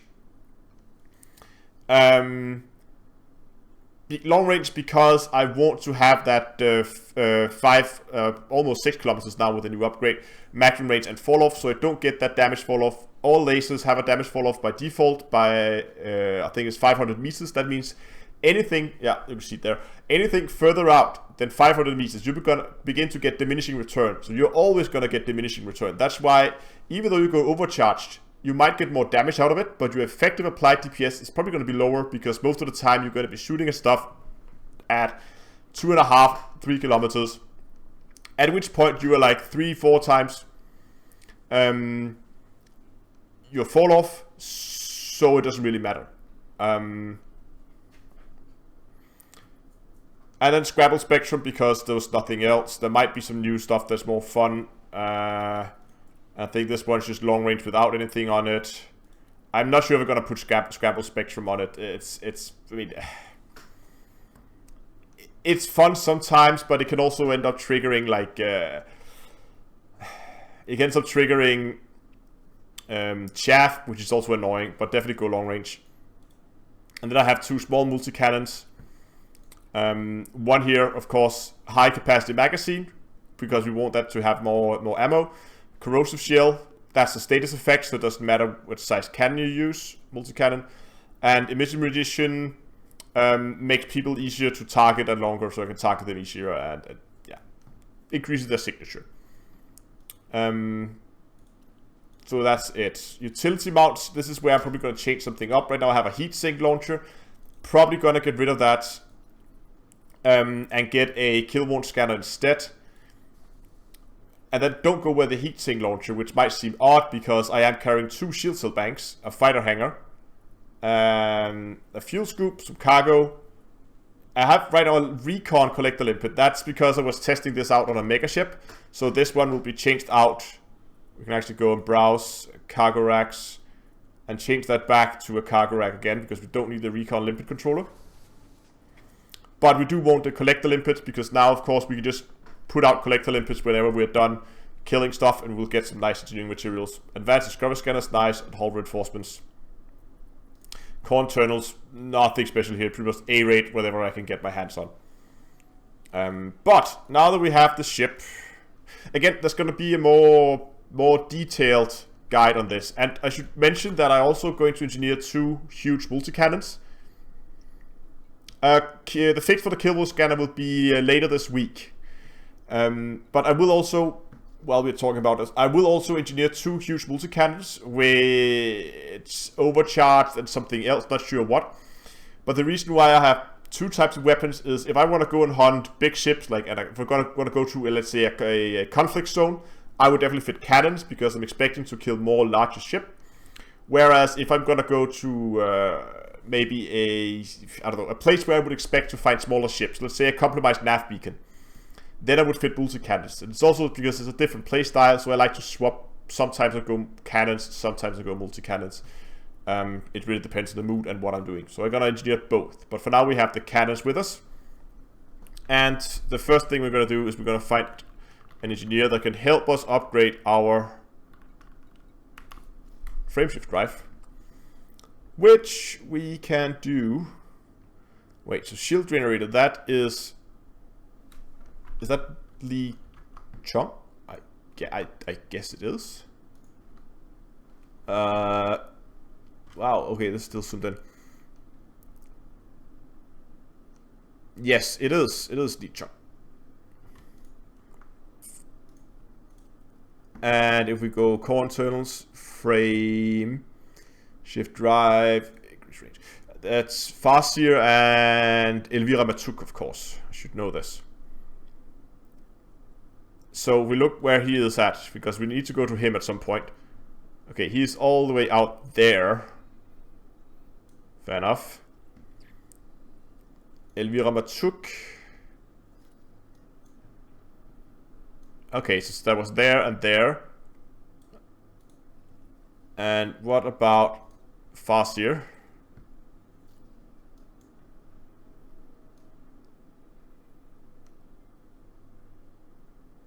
Okay, so either we go to Farseer, who's closest, and then go out here for the shield, or we head all the way. I think it's faster to go to Farseer. Let's head there. How close is it? It's 89 light years. I wonder how many jumps that's gonna be. A lot. 8 jumps.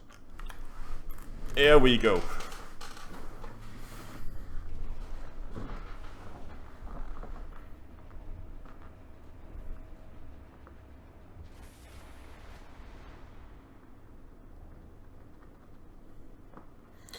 Upgrades for the frameshift drive. I'm gonna go experimental upgrades. We're gonna go mass. I think that's gonna be the best choice. Landing coupler disengaged. Follow the greens on your way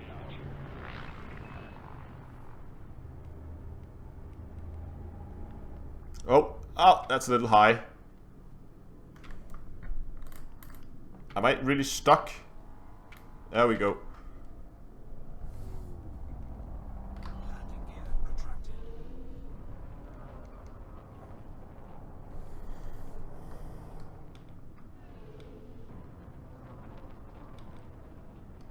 Yeah, that's true. I can just drop the frame to drive over on the Anaconda and then upgrade that instead.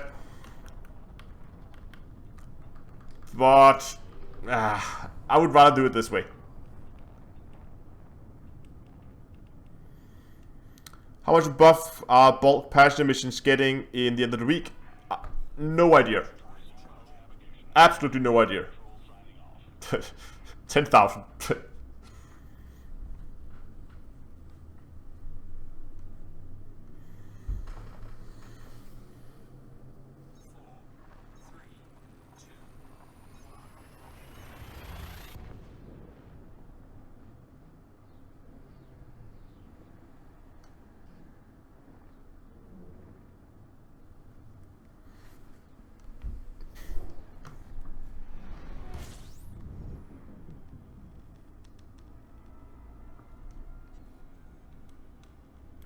We do have a D-scanner, so let's just collect some data while we're at it.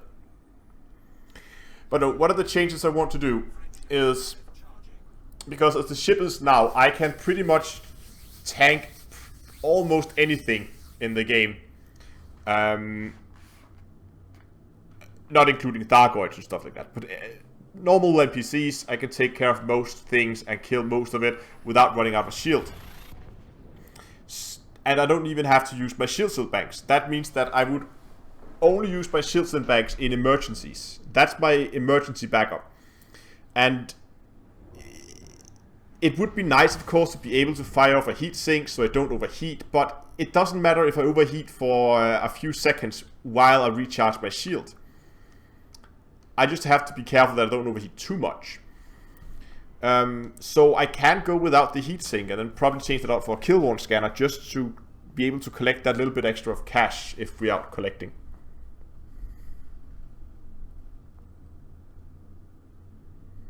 Getting max dirty drives at the event is going to be painful. Why? It's just gathering materials. Let me see. Thrusters. I actually can also do the thrusters. I just need to get to a data trader, an encoded material trader. Oh, hold on. I'm still flying like I'm in my Corvette. Where's the next? Okay, we can go. Good. We can make it at least 2 jumps, and there's going to be a scoopable star.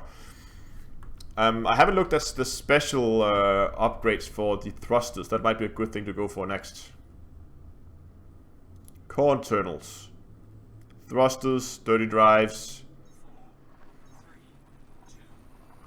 There's drag drives that increases optimal multiplier.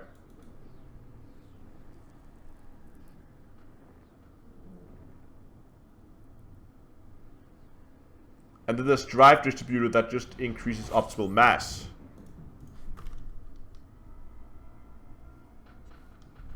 I'm gonna run out of fuel.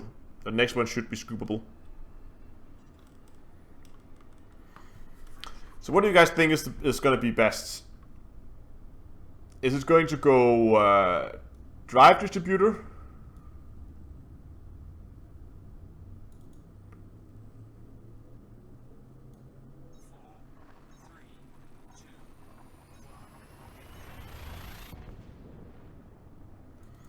So either we go drag drives, which remove a safety protocol in controller software to increase the drive thrust output at the cost of additional heat generated.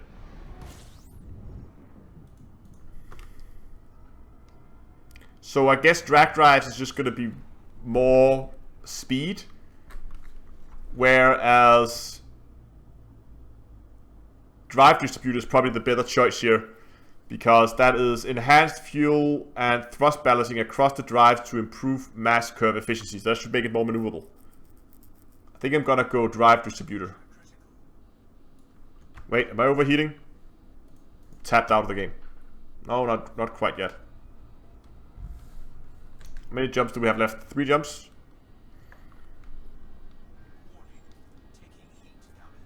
Yeah. It's okay, Victor.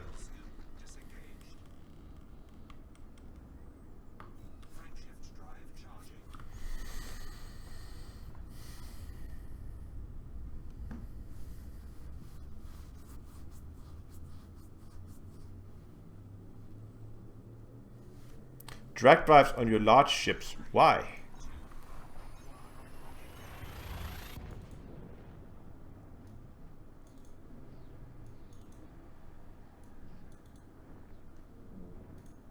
I'll have to look that up at some point.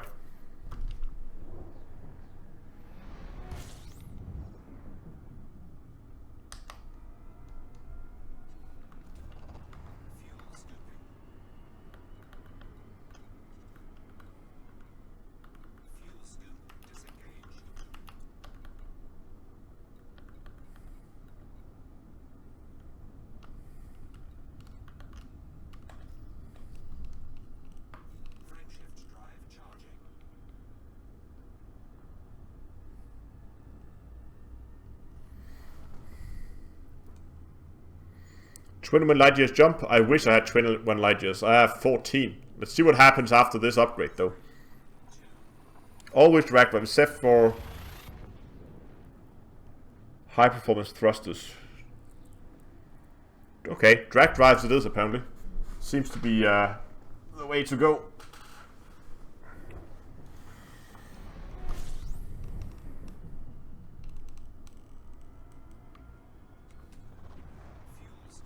And last jump.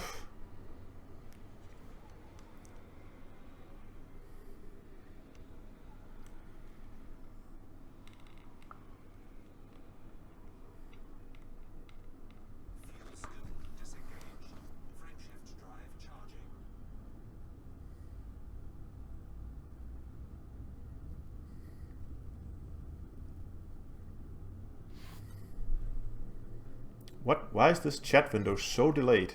There we go.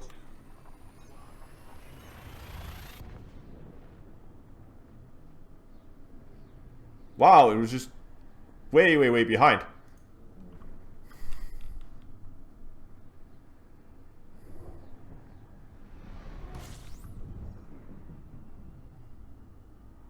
Exact, as someone said, I think I want turning rate rather than speed.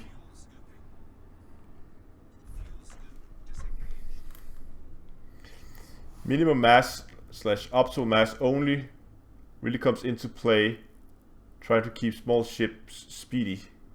Gosh, okay.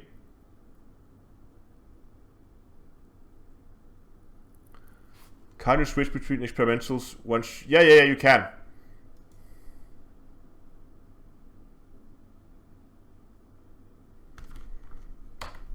You can switch between the experimental effects without re-rolling everything, which is really nice.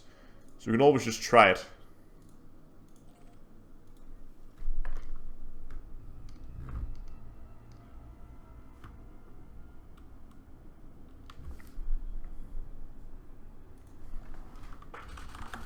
Let me Google this. Drag drives versus... What was the name of the other one? Drive distributors.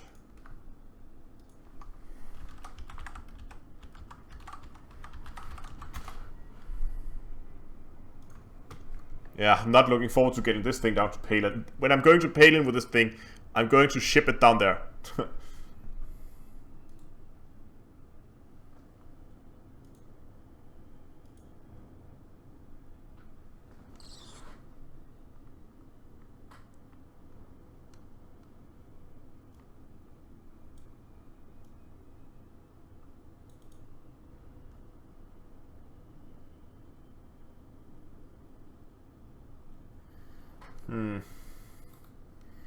But this is for speed.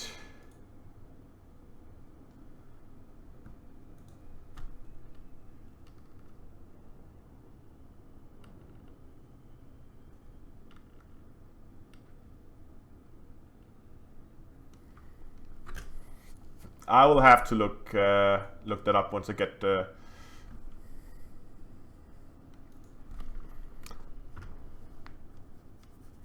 Yeah, I could just take it on the Anaconda and fly it down there, I know.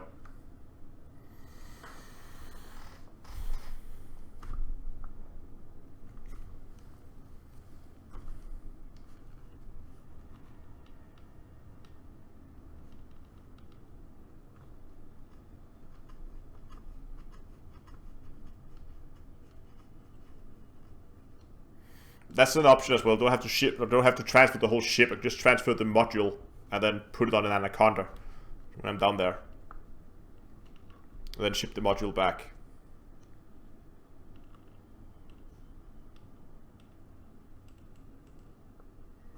$20 to $30 million. Yeah, well then it's cheaper to ship the module alone.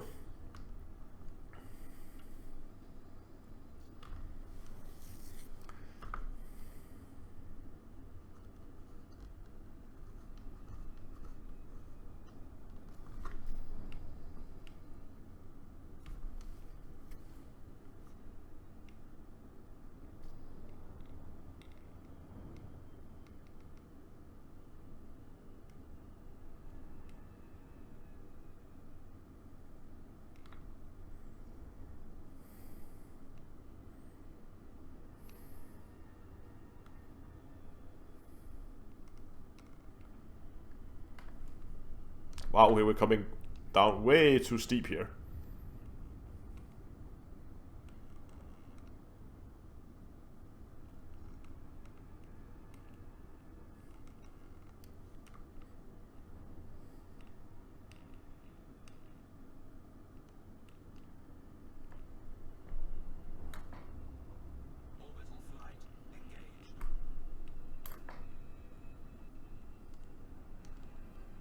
Planet should be fairly low G, so it shouldn't be too much of an issue.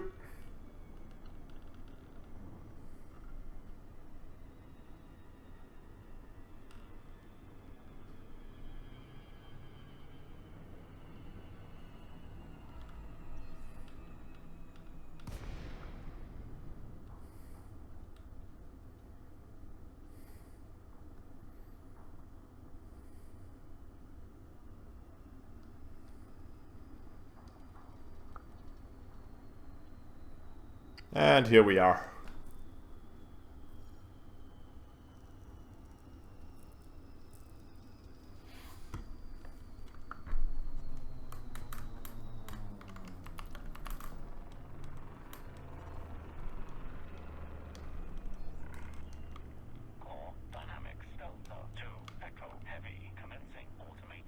Ah, there it is. It's hiding behind the tower.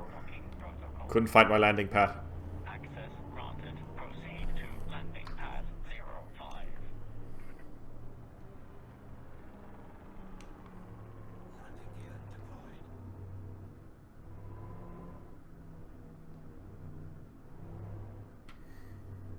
Okay, but that's a pretty easy, apparently I've been reading some forum posts here. Apparently the best way to do it is just to have a look at your drive's optimal mass and then look at the ship mass. If your optimal mass is higher than your ship mass, you go with the drive distributor. If it's lower, you go drag drive. Because the penalty for going over the optimal mass is way bigger than the benefit you gain from the drag drive. So we can just do that test real quick here.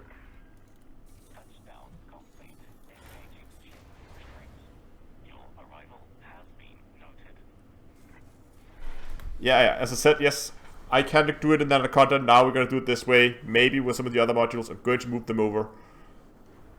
I have engineered weapons that way before. That works quite well.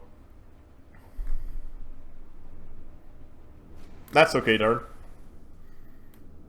Okay, let's just have a very quick look here.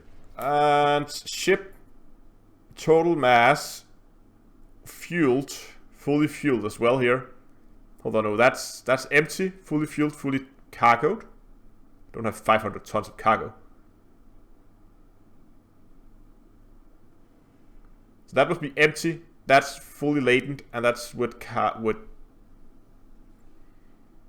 oh, let's say it's 3,000. It's the max. What does the optional internal console? That's right. Thrusters.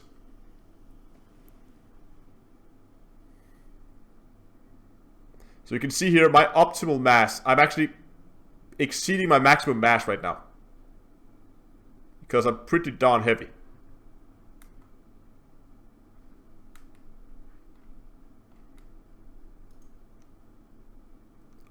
So I think I would benefit from going... I'll test it. We can test it later. Do some streams to figure it out.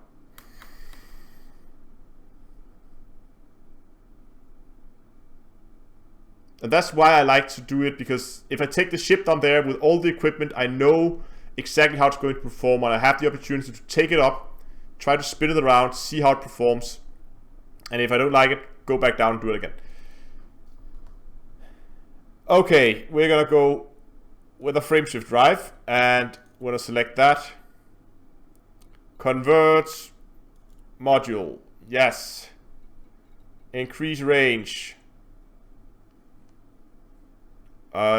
Generate.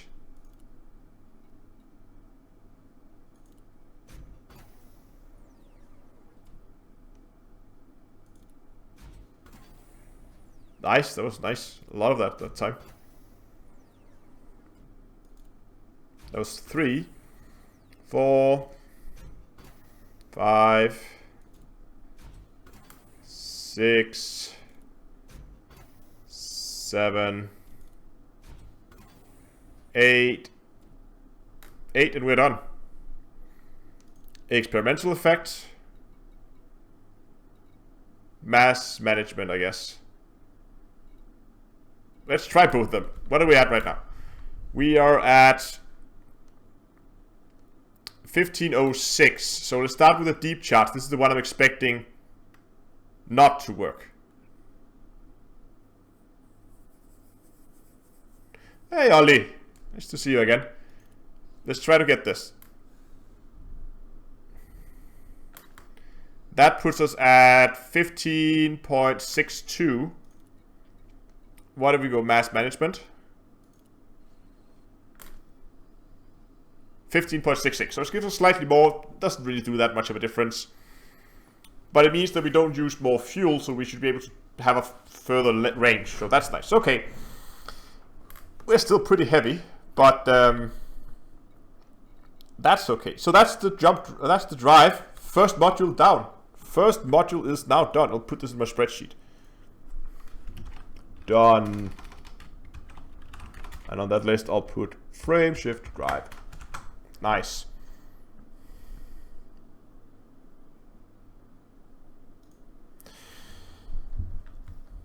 So that's pretty much it. Let's move on to the next engineer.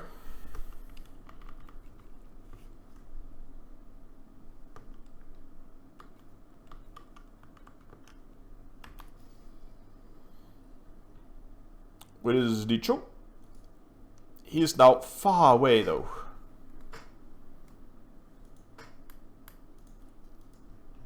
Oh god, this is gonna take forever. This is gonna be like 18 jumps. Ugh.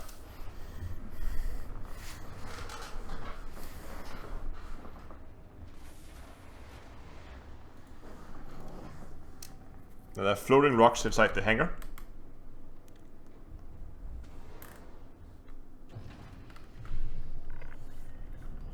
Restraints disengaged. Commence departure.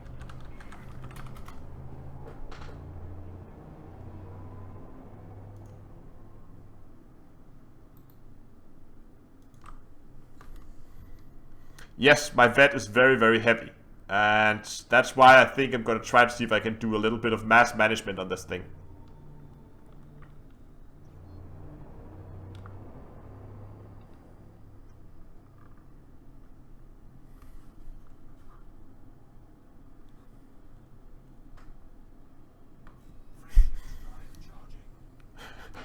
My ship is called the Leverpostej.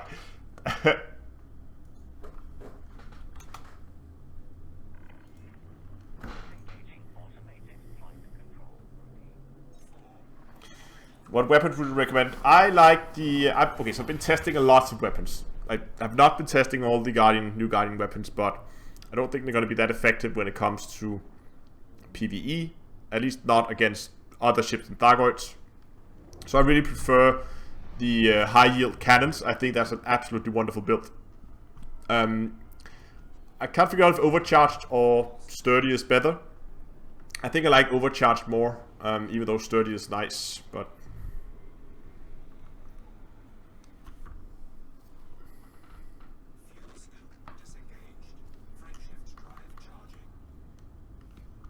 God, 15.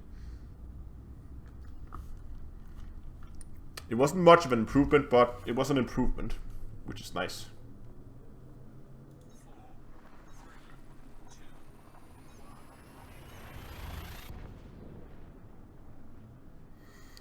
Yeah, Class D power distributor and thrusters. I really don't want to do that. I might go down with a Class D life support. Because how heavy? Can we see how heavy?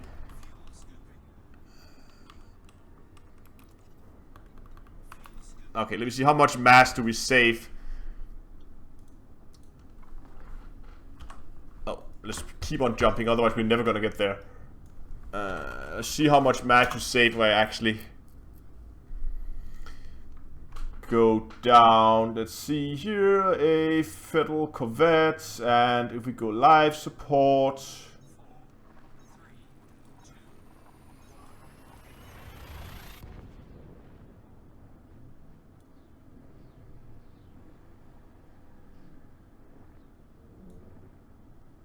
yeah, so the 5A life support on the Corvette is 20 tons and the D1 is 8 tons. So that saves me 12 tons of the 2,000 I have. I mean, I know it's something, but it's not a lot.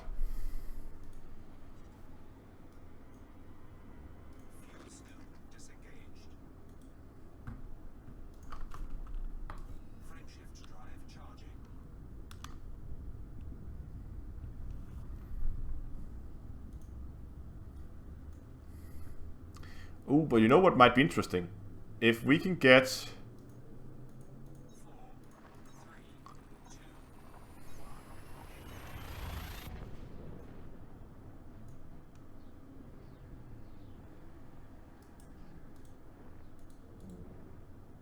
Can we see how much... Oh, there it is.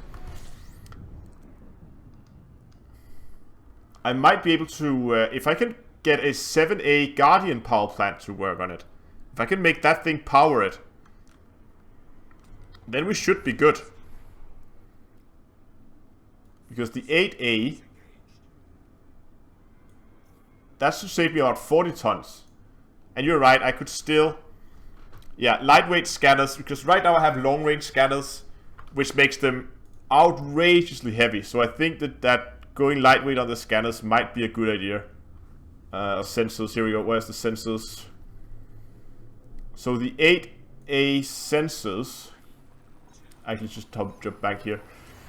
Where's the sensors? 8A sensors is 160 ton. If you go long range, which is my current setup, the mass is doubled, putting them at 320 ton for the sensors. It does give me an 8-kilometer range, which is really nice. But if I went lightweight instead,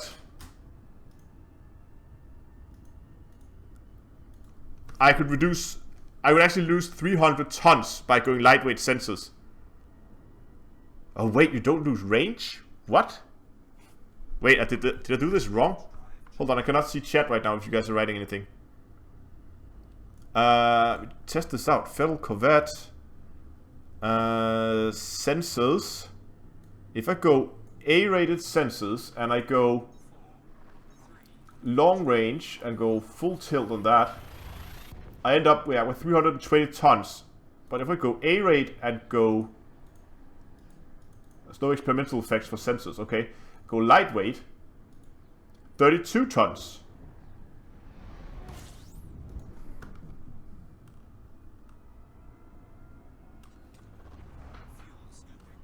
But wait, what? How much range did I get on long range? Oh wow, I'm low on fuel. Oops. Not paying attention here. Sorry guys. I can't see chat. Hold on, give me a second. Long range. Okay, so I can just detect people for longer. I don't get longer maximum rate. Okay, that settles it. Maximum range is not gonna change. That settles it. I'm definitely overheating here. I'm definitely gonna go with lightweight sensors then, because that's gonna save me How much was it long range? It's gonna save me almost 300 tons. That's see now we're talking 300 tons. That I can understand. No range loss. Check your gas. Yeah, thanks. I'll show you everyone shouting in chat.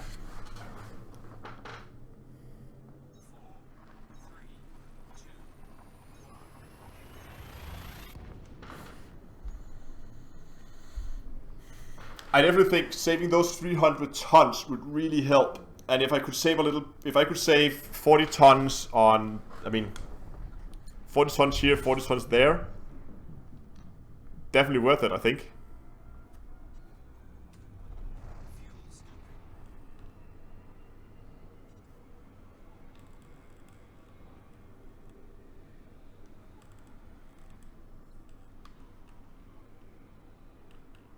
Yeah, you're right. It really has thrown things upside down.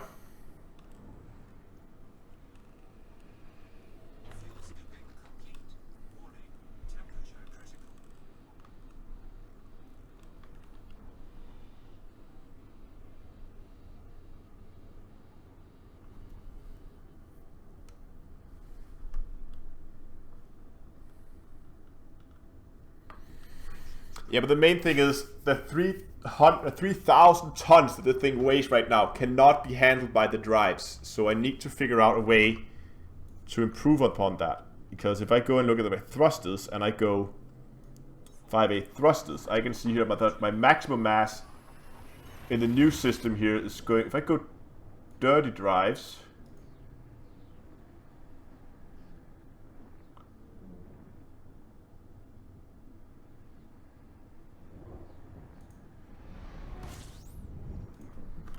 oh, so dirty drives, with dirty drives I lose maximum mass and optimal mass. Because the optimal mass is 1,890. So that means I need to shed 1,000 tons. That's a lot of weight. But 300 tons is definitely a good start. I might be able to save a little bit on some of the internals. For instance, I know what's the weight of a class 7 shield cell bank, because I'm not really planning to do much of engineering on those. Yeah, shield cell banks 7D. Yeah, see those, a 7B shield cell bank is 128 tons. And if I went, let's just say I went with anything, doesn't really matter what I go with. Boot time, spin up time.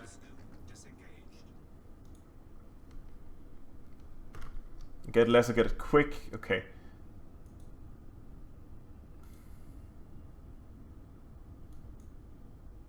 Okay, I can lose 10% for going stripped down. So that's not a lot. The strip down doesn't give me that much. Your mass is 100 and... Wow, okay. I definitely need to look at the mass of this ship. It's way too heavy though.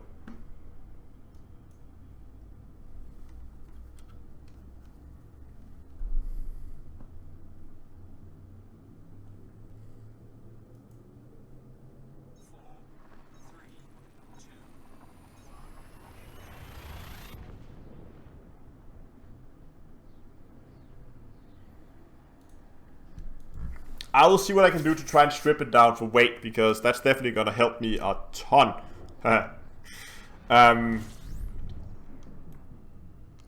In terms of the maneuverability of the ship.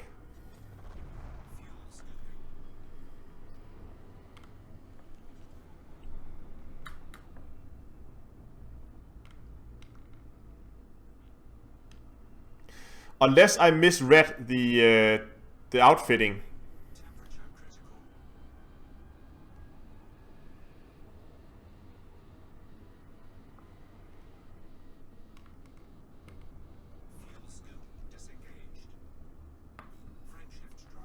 Okay, let's have a look. We are 8 jumps out. Once we get there and we engineer our shield, let's have a look at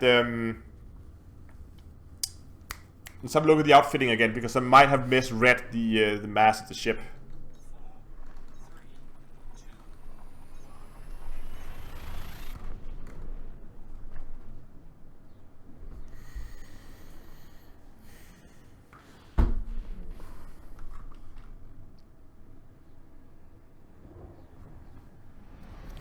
If I could get this thing under 2,000, I would be happy.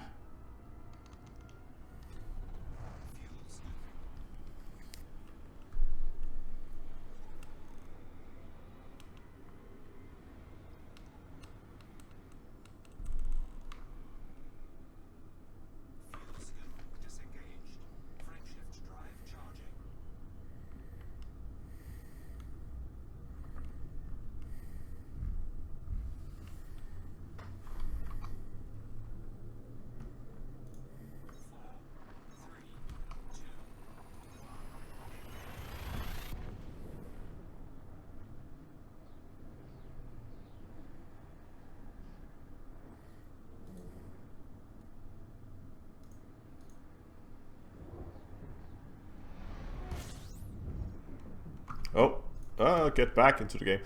Sitting here.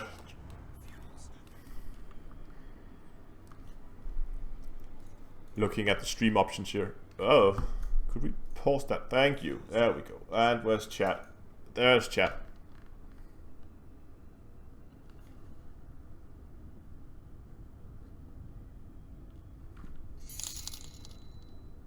Here's something for the Bunny Fund. Thanks a lot for the donation.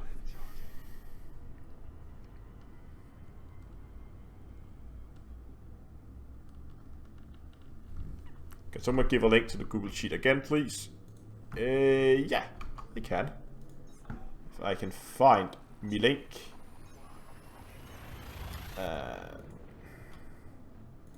There's the link and share, copy link, and paste.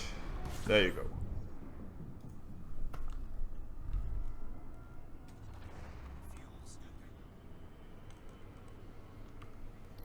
Yeah, I mean, if I could push this over to 20 kilometers, that would be nice.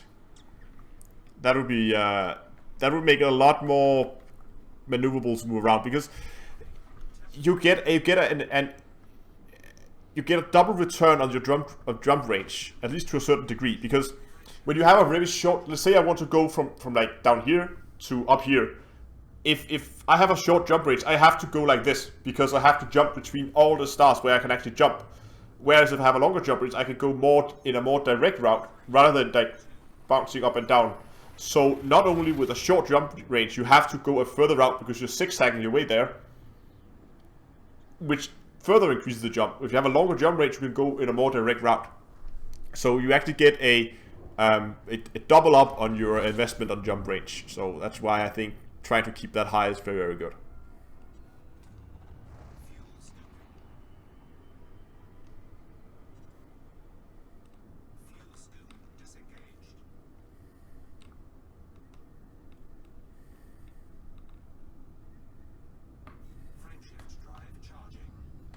Four jumps. You are welcome, guys, for the link.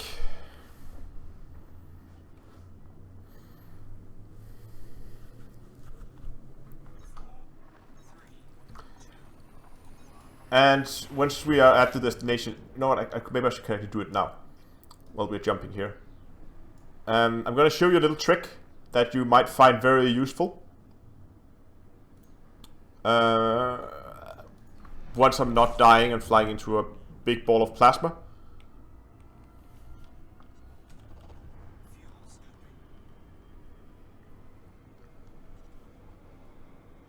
Do I have enough for the last 3 jumps? Okay, I'm just going to show you this real quick while you're just approaching the system. There we go. So you can see this is, I of course have right access, so I can actually go in here to the filters and I can filter it. But what you can do is you can go up here to view, and you can then make, no, is it here? Hold on, I need to open the link myself, I think. No, that's not the shortcut. That's the shortcut I'm looking for. So you have, okay, now I'm in view mode. And if I go data, filter, yeah, here we go. Data, and then filter view, and you can go create new temporary view. Okay, so if you select the columns here, all the one that's named, and go data, filter view, create new temporary filter view. Now you get the drop-down menus the same way I have. So let's say that I want to find arsenic, right? I can say, okay, arsenic is category 6, but it's only grade 2. So what if I went and found other materials in category 6? Boom, filtered. And I can see, aha, I can find polonium instead, and I can downgrade it. Where do I find polonium? Aha, I need to service prospects. How do I do that? Today we are talking about, there you go, right? And there's the guide. I think using these filters makes it a lot easier. Also, sometimes I might want to, we just select all here. Oops, that was not what I wanted. Sometimes, for instance, let's say, oh, I really want to do,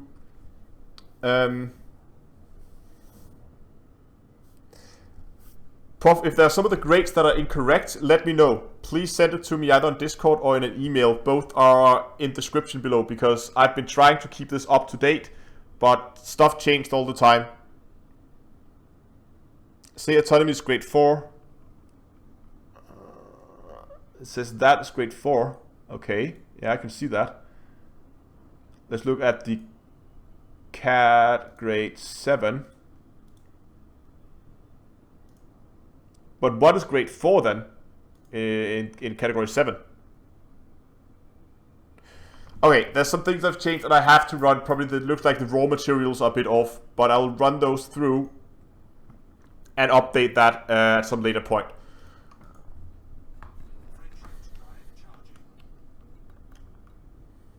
Autonomy is indeed grade 5. But yeah, I'll make sure to run that through and make sure the grades are up to date.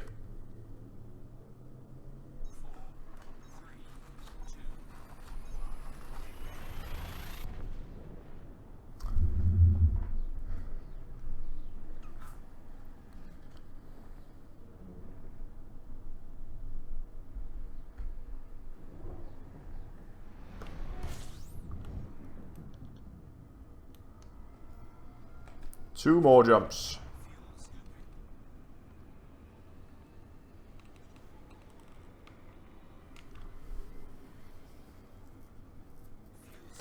Hello, Mark. Welcome to the stream.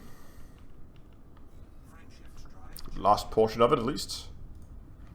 Let's get this back to direct capture mode. And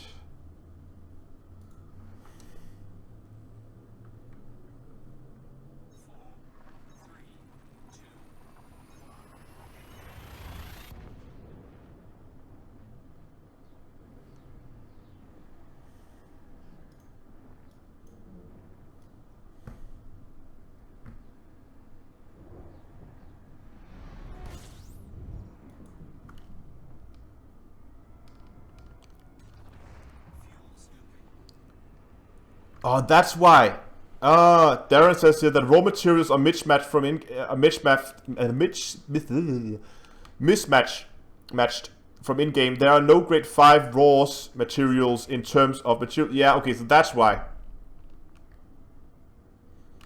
Because what I did was I probably went to the raw material trade. I just used that overview there to map them. But if they're not listed as, then it would make sense.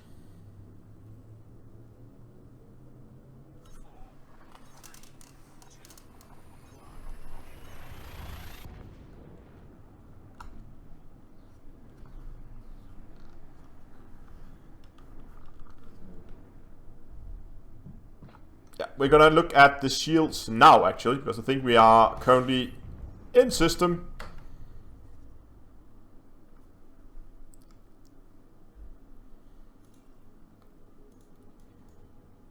Look at those planets, though. Beautiful. Oh wow, it's getting late. Ha.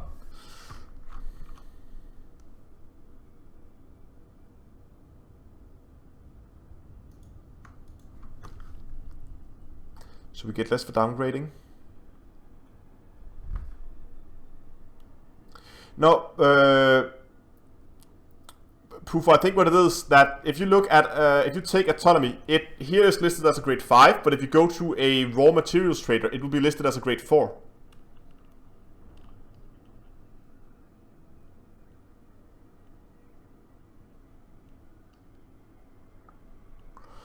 How many boosters do you think you'll need to offset the thermal? Whoops, that was a little quick. I think I'm planning to put 7 shield boosters on it, and in terms of how much thermal I'll need, I'm not really sure. But that's mainly because I haven't looked too much into the experimental effects. I don't know if there's any of them that's better than the others, because I might want to go thermal resist and also thermal on the experimental. But I think that actually reduces the resistance. So if there's something that only gives benefits and has no real drawbacks, I might want to go with that instead, and then just have an extra that's engineered for thermal, and then have the secondary effects be, for instance, hit points, or if there's like an all-round one.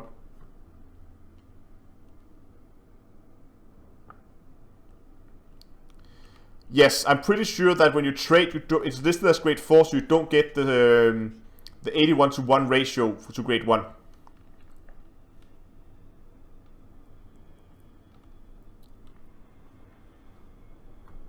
And I agree, it is confusing, and I really hope that it's something that Frontier will fix.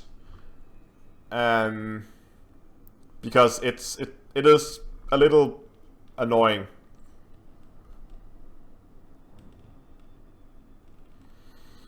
I think the experimental may do 2% thermal and -1% shield, -1% shield boost. Okay, that's not too bad. But again, 2%, it just seems underwhelming to me. I mean, if it has been, I would say 5% would have probably been better. But again, maybe don't want to make the shields too overpowered, I don't know.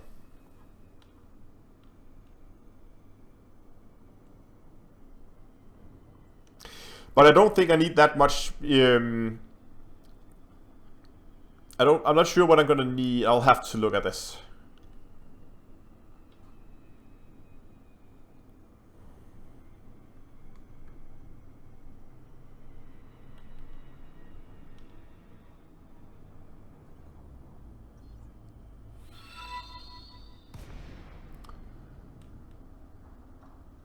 What? Good said don't kill something. I didn't get the last part. I was trying to read it. I was like, what? Okay. Anyway, now we're here. Before we engineer, let's just very quickly confirm the loadout that we're gonna do here, so we don't do a wrong engineering on the ship. That would be really, really dumb. Dynamics Delta 2 Echo Heavy commencing automated flight control routine. Please observe docking protocol. No, I agree. It's not straightforward right now. And I actually like that. I really like that it's not straightforward. Because that means that everybody's gonna have different opinions, and it really depends on how you, I mean, it means there are many varieties and combinations that are valid. It really just depends on what you're trying to focus on. What's the gravity like? Fuck 1.3. Get that nose pointed upwards and full thrust.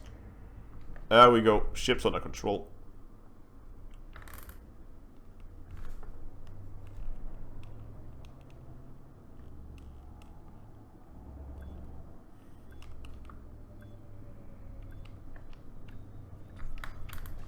Oops.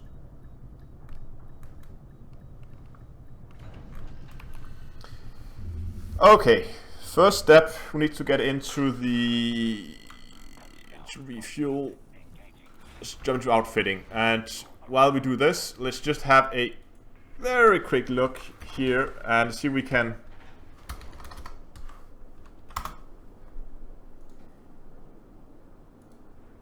okay. Can you guys see this? No, you cannot. There you go. Now you can. Okay. So we're just going to do the shields for now. Shields, we're going to go with... We have a 7C bi-weave. Oops. I'm going to drag that in there. And in the utility mounts, we have... shield boosters.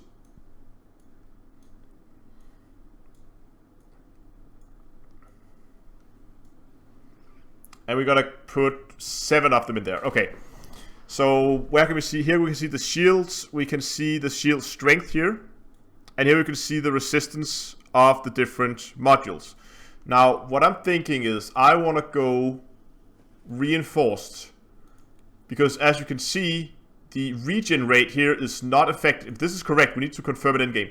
If this is correct, the regen rate is not affected. Only the broken regen rate and the power distributor draw is affected here. And it gives us a nice boost to the thermal resistance. You can see we now have a thermal resistance of minus 0.2, so we have to work on that definitely. But we already have our strength up to almost 2000, so that's almost in place. We don't need to use much in terms of heavy duty. Experimental effects, we're gonna go fast charge, no doubt about that, because we want that extra charge there. So that's pretty much done. So in terms of boosters, I think I'm gonna start with a thermal resistant booster to try and get that thermal resistant up. And the question is, what do we get here? We can get blast block, which gives us increased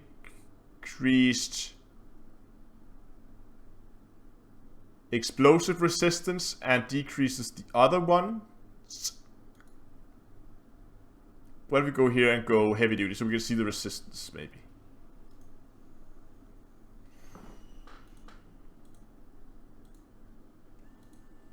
Yeah, okay, so you're right. They give 2% to that resistance and then minus 1% to the shield boost. Double breach just gives integrity, I guess. Yeah. Flow control.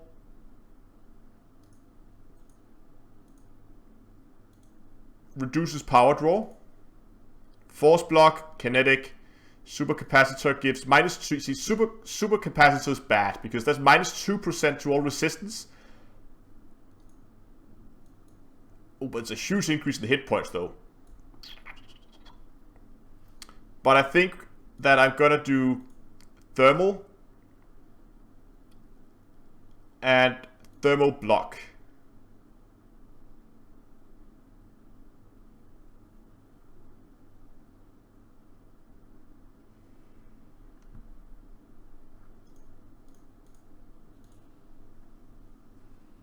Wait. Weren't we a lot higher before? Why are we only at... Something's up here. Oh, we have it. There we go.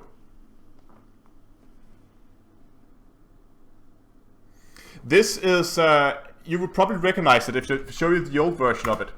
This is ED Shipyard. This is the old version of it. They have a beta, as you can see here. No, it's actually alpha. It's 3.00 alpha 3, so it's still experimental. It's not finished, but it's, as far as I've seen so far, it's really, really nice. I love it to bits. Okay, so far we've done a good job. Let's try to keep going and keep getting our resistances aligned. Like that. So thermal need more.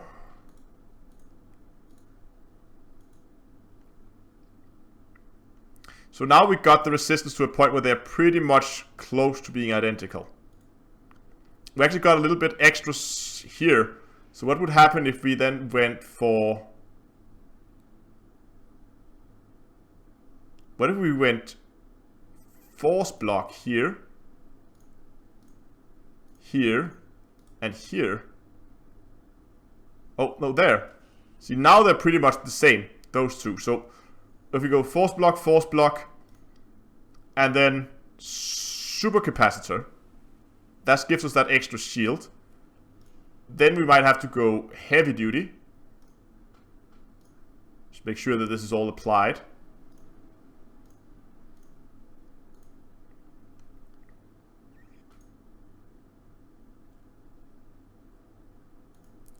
Like that. That gives us the shield strength we need. I said I wanted between 2000 and 2.5, so this is good. But our resistances is now pretty crap. We still have 3 boosters left, so let's go resistance augmented.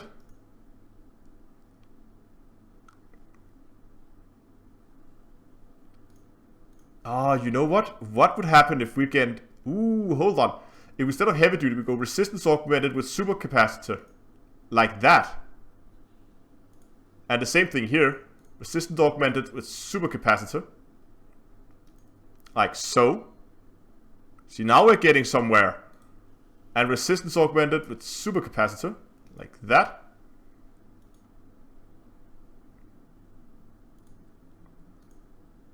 Resistance augmented supercapacitor. Boom. Okay, so our thermal got a little low there at the end. And I think I want at least one heavy duty.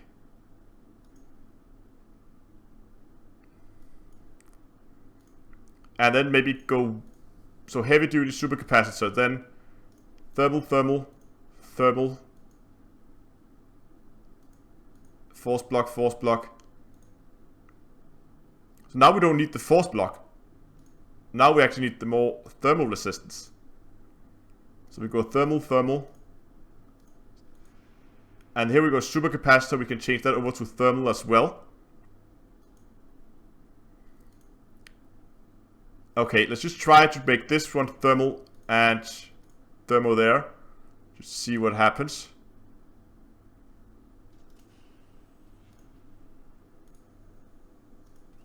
It doesn't do too much. I mean, we go from 53.3 to...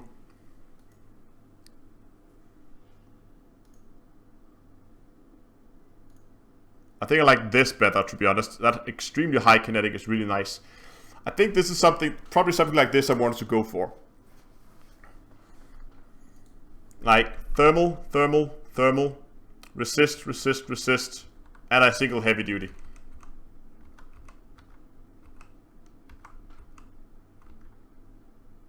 We could actually drop... Let's just fine tune this. If we go thermal on that one and thermal on that one. And those are some pretty neat.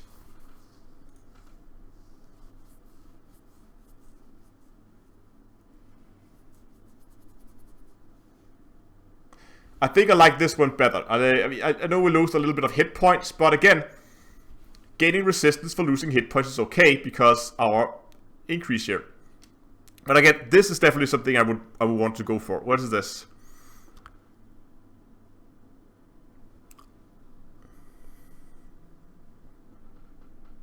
So look at this. Time to regenerate from 50% to full shield. So recharging half the shields takes just shy of 4 minutes. That is very, very good. So 4 minutes and you can go from half shield to full shield. And with these high resistances, I mean, look at this. Kinetic, 10,000 hit points effectively. 11,000 there, 7,000.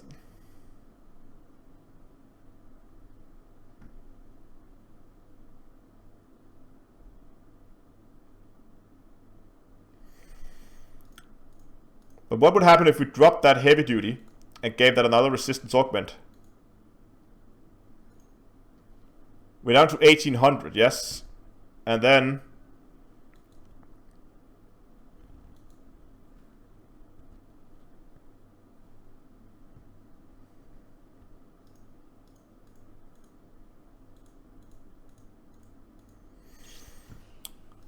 oh, let's try something here. What would happen if we go thermal, thermal,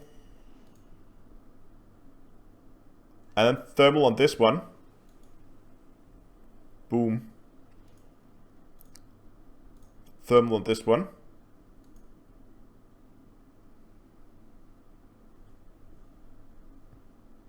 We're getting more and more balanced here.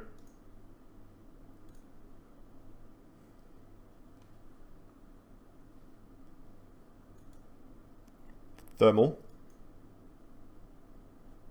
Oh wow, that hit our explosive hard.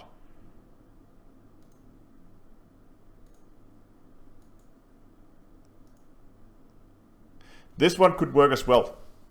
It's less hit points, but I don't know.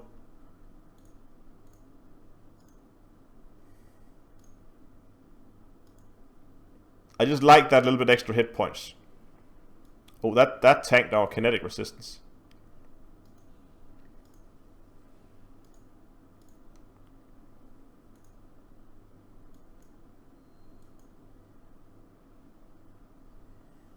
I can't remember. I did that.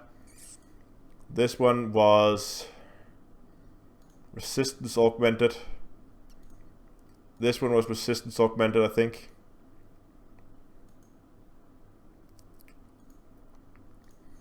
And it had a thermal block on it. Yeah.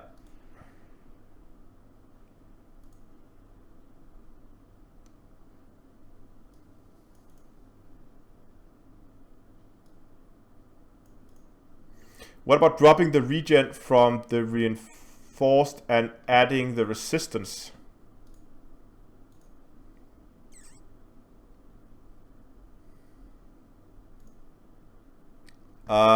Which one is that?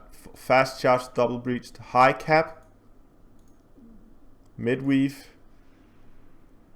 multi weave. Ah, yeah.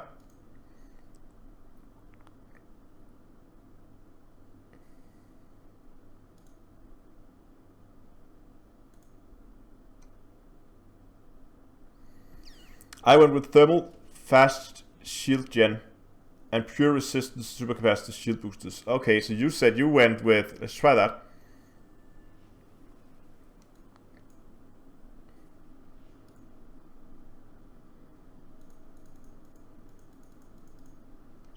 You went with thermal and fast charge. That's actually the same. Also, thermal is an option now. And then you went full resistance here with supercapacitor all the way. Let's try that. Resistance, supercapacitors. Resistance, supercapacitor.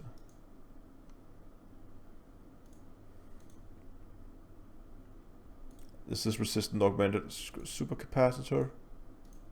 Supercapacitor. Supercapacitor.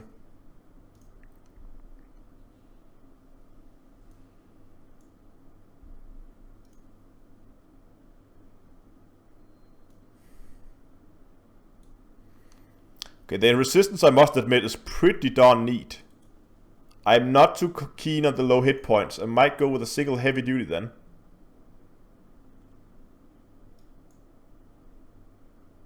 What would happen if I went with 2 heavy duties?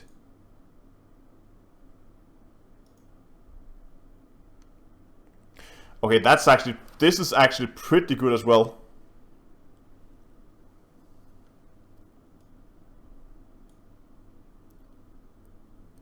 This is even better, I think.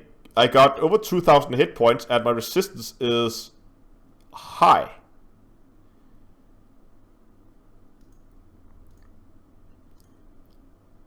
Could we tweak our resistance a little bit here? Because if I go force block and force block,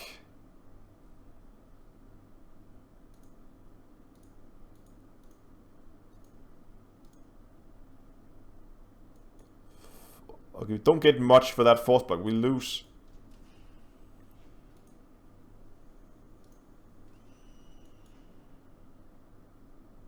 Oh, we dropped under 2,000.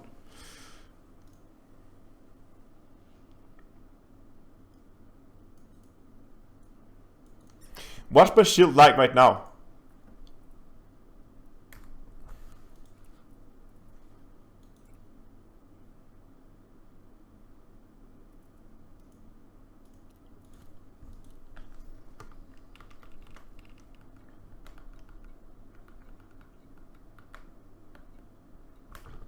$2,400. You can see my resistance is not that good in this build right now.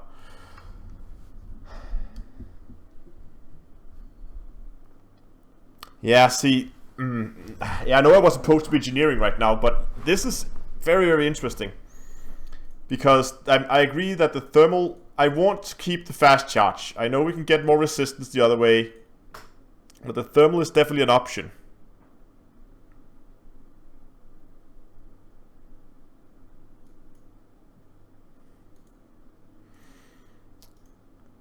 Okay, can we do a... What can we do? What can we do? I want to see if I can push this over 2000 and keep the resistances around, because we have some surplus here. We can keep some resistance here that's too high here in the explosive. Okay, let's try to do this slightly differently, right?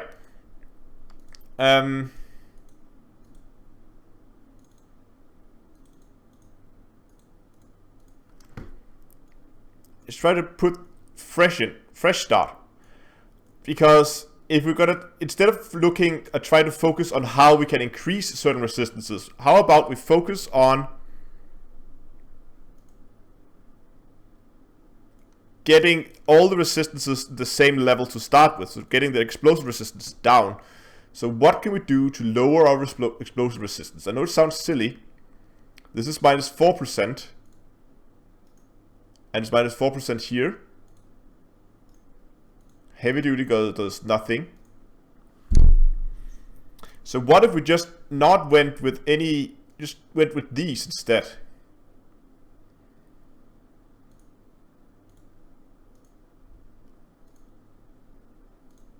What if we did something like this? I'm gonna go do the specials after. So let's start here. We always take the one that's lowest. So thermal is lowest. That hit the kinetic. So now kinetic is lowest. So let's put a kinetic on it. Kinetic is still lowest.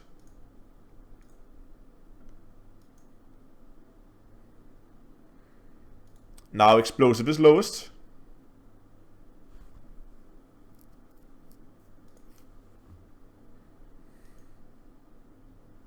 Thermal is lowest. I have no idea if this is a good idea. Just trying stuff. Kinetic.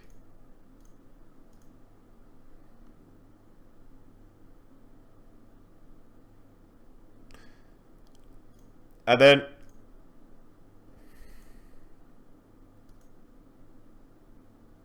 see, that pushed all my resistances over the 60%. My hit points though are low, but we haven't put all the supercapacitors on yet. Which is of course going to push our resistances down, but this is going to be a very low hit point build.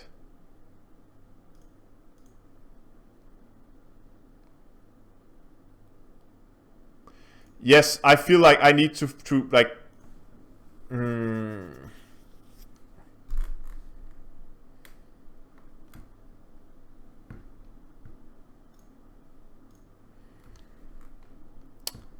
Nope. I don't like this.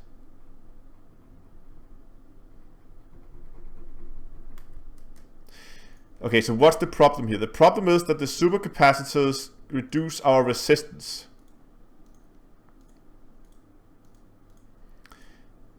I guess we should try and avoid effects that negate each other, so we have negative effects on something that boosts on something else.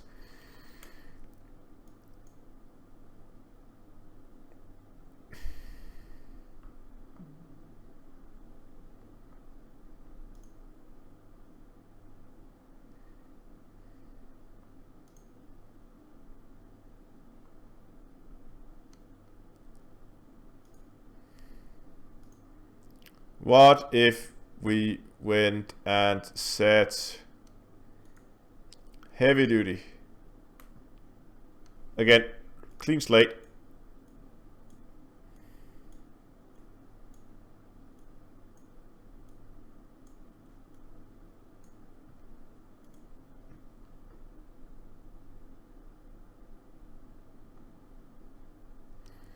Is fighting with each other better off with 3 resistance augment and 1 of each resist? That's a good, okay, let's start, that's a good question. Let's start with looking at that.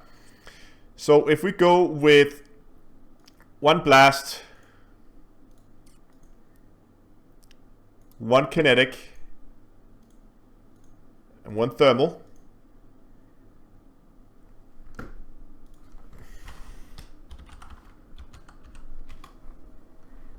We end up with 1371 shield hit points, 42.3 resistance there, 51.9 and 59.9. Okay. So now we're gonna go all resistance augmented.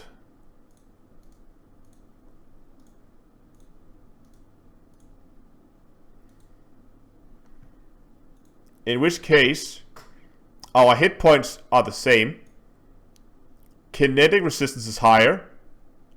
Thermal resist, all the resistances are higher. So, conclusion is that we should get as many resistance augments on as we can, because fitting those are better. It's better to fit those, because look how much bigger the resistance is. That is not insignificant.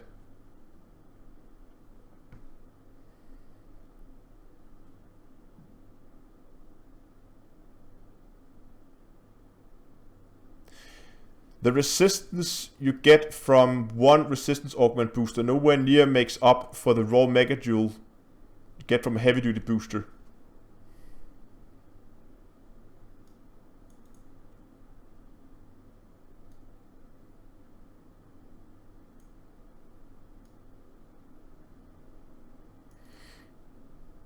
Yeah, I agree. It would be nice.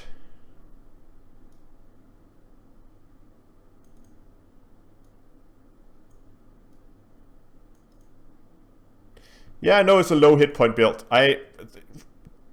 Give me time. We're gonna get it up there. We're gonna get it up to at least over 2,000. Hopefully close to 2,500 hit points, which is plenty. You can see my current build here. I have just shy of 2,500, which is more than enough. So definitely the resistance augmenter seems to be the way to go.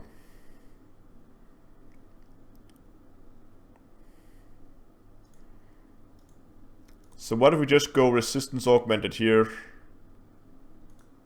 Okay, what about heavy duty? Heavy duty gives us negative... Oh, it doesn't give negative to resistance. Let's try to put a few heavy duties on here.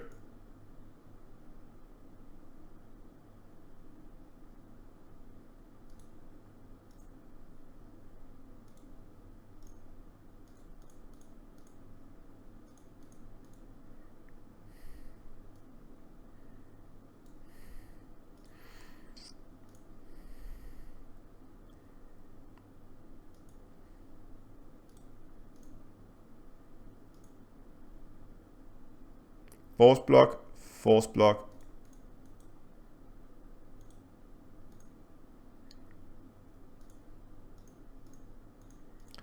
This doesn't give me much, these special effects.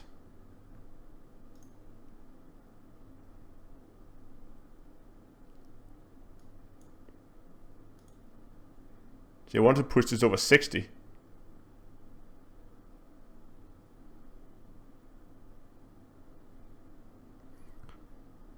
I balanced mine with 52 kinetic resistance.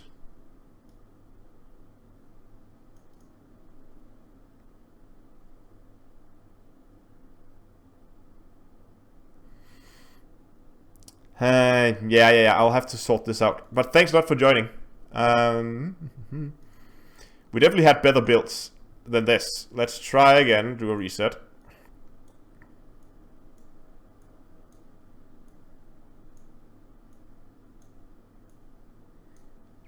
And then let's change from thermal resistance to reinforced again. But now the problem is we're pretty much forced to go with at least some thermal resistance here.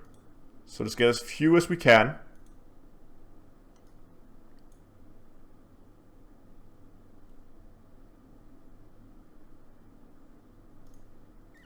Guess one more is needed. Let's try to go resistance augmented here, actually.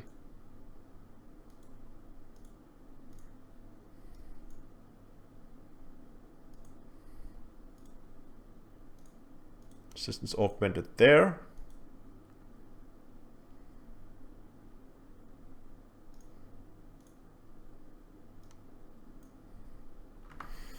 Yeah, my thermal is pretty low. So once we change one out for thermal.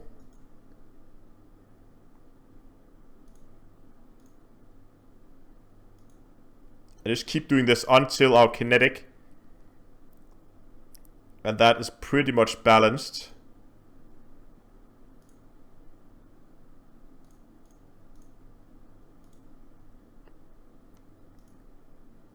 See, that's the one that tips it.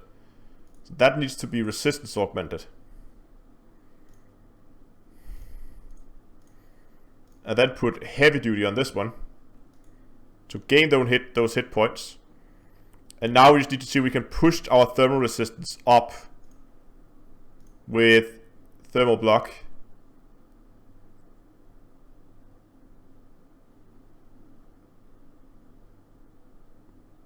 Yeah, I know.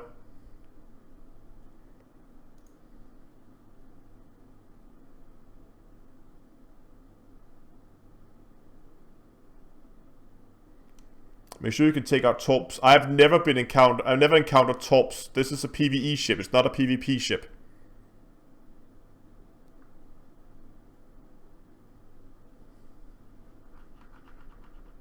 Wouldn't be comfortable with 45% thermal. No, I'm not either.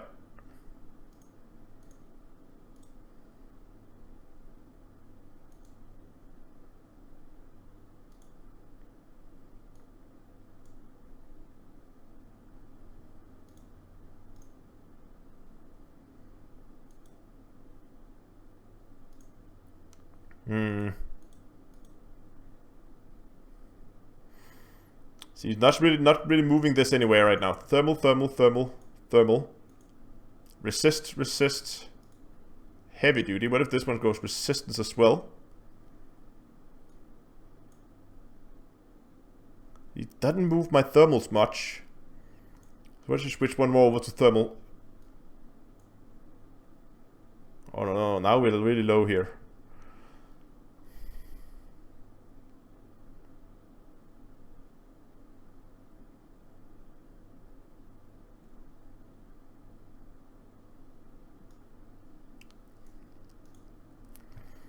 I think I got better results actually with the thermal resistance.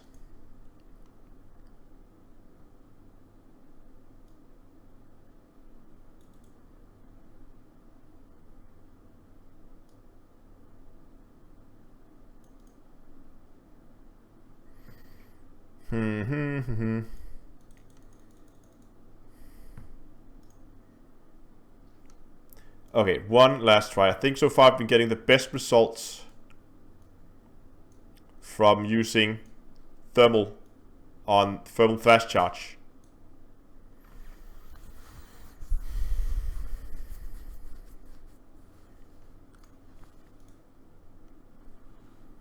Because right now resistance is pretty much good to go in terms of just beginning to boost them. So if you go there again, there again. Oh wow.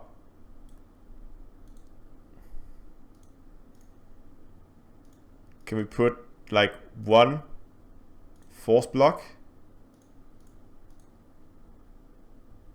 Oh no, blast resist. Now in the opposite. Why did that happen?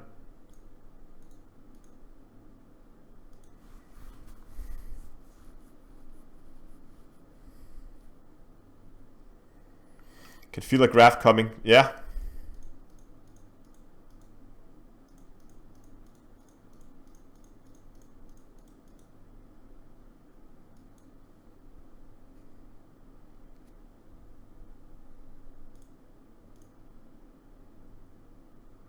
Problem is that 13% kinetic here. That's what's...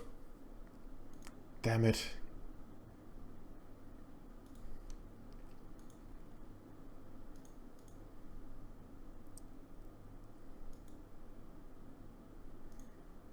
Make this kinetic.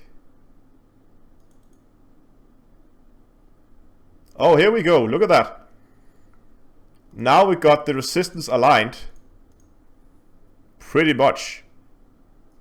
Just put that one down there and then take this one, make this resistance augmented. Boom, and we're pushing the 60. So now we can put heavy duty on this one. And heavy duty on this one. Oh, we're still low though. But we have the supercapacitor to play around with, because we haven't put any special effects on. So if I go supercapacitor. Supercapacitor.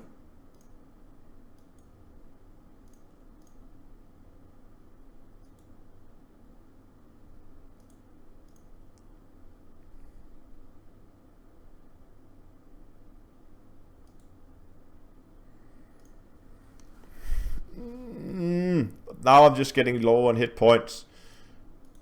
This is pretty good. I got all over 60 and all over there.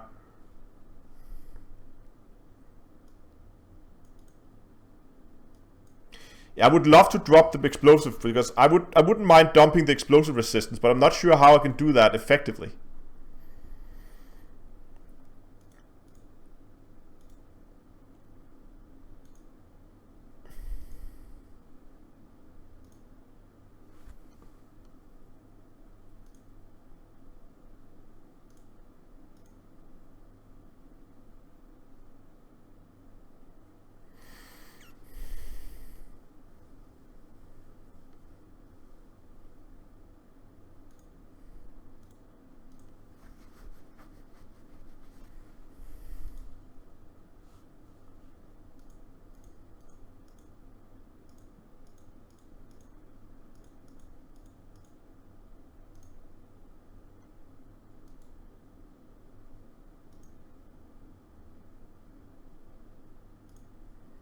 How much do a force block do now? Next to nothing. I think I'm definitely getting the most out of a supercapacitor here at this point.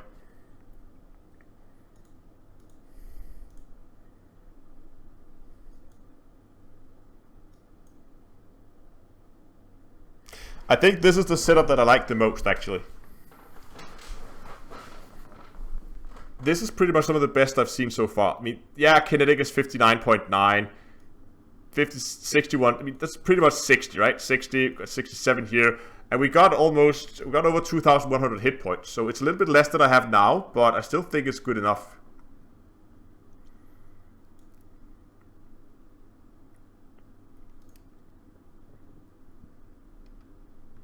You know what? I think I'm gonna go with this. Now, problem is, I'm pretty sure that... yeah, I failed to reduce my explosives less than 68. Yeah, I'm at 67.9 here. But I think this is decent. Now, the main problem is that I'm pretty sure that I gathered materials as if I were going to do...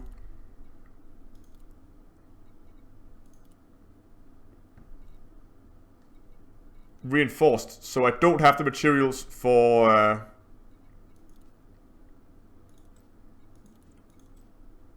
No, wait, what? Oh, it is already reinforced. Hold on.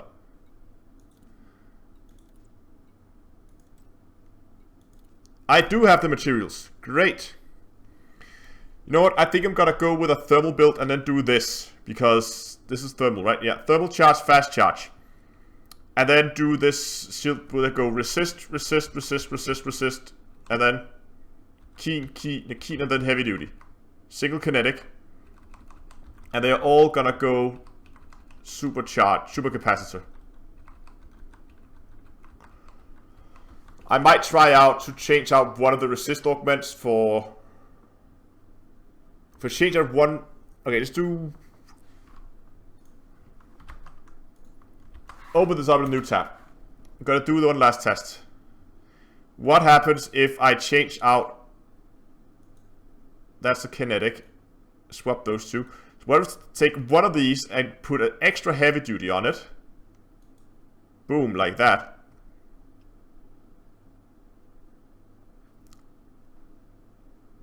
And then instead of going supercapacitor all the way here, I'm gonna go force block.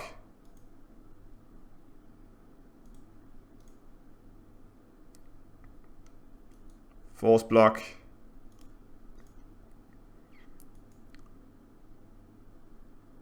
Also force block there. I have 3 force blocks.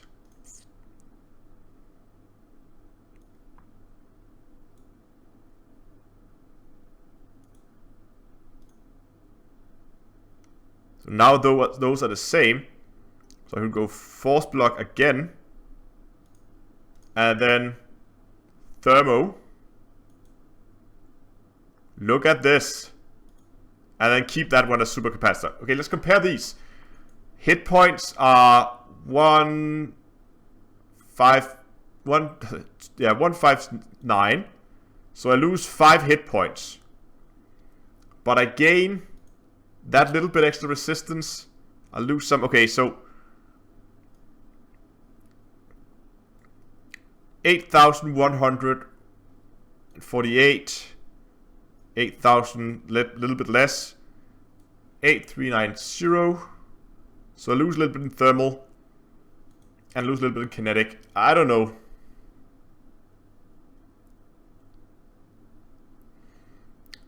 Both of these could work.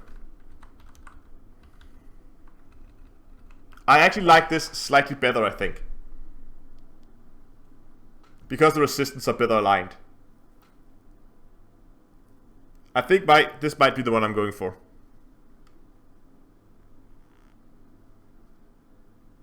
Go with build 1. Yeah, what's the difference in thermal?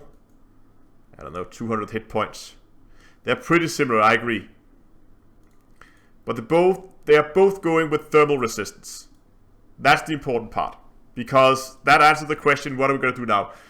We're going to upgrade this with thermal, and we have to, yes, we know we're going to lose what we have. Boom, next, grade 2.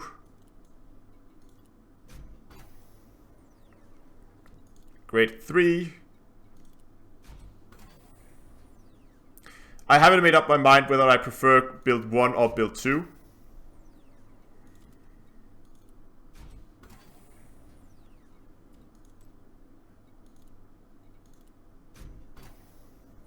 But I will figure that out. And might do even more optimization on this. But I'm going to save those 2 builds, that's for sure.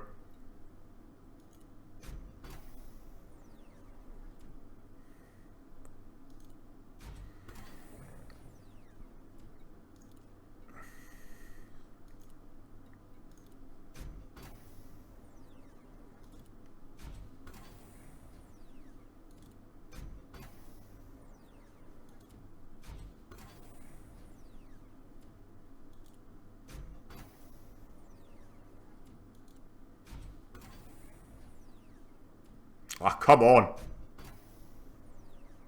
There we go. And experimental effect is going to be fast charge. Yeah.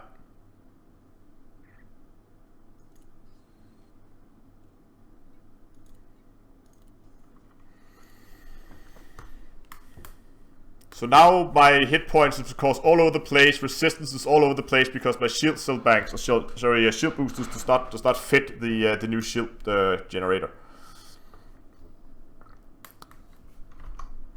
But I think these two are pretty good. Both of them works quite nice. I think it's really a matter of taste, I guess. So this one is all around resistance augmented and supercapacitor all the way.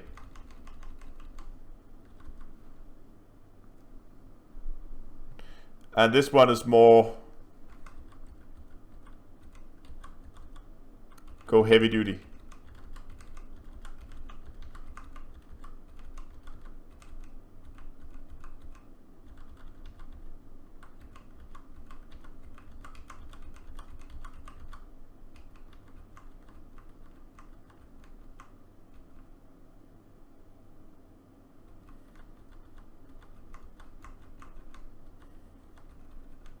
Huh.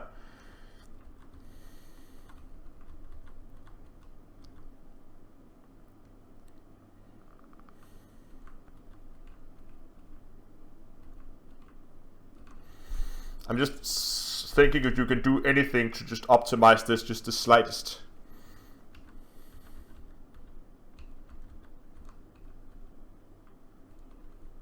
But I don't think there is a lot you can do.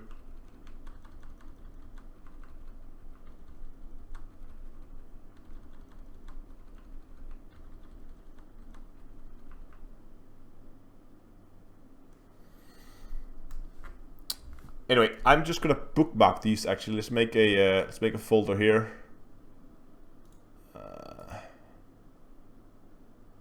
No? Okay.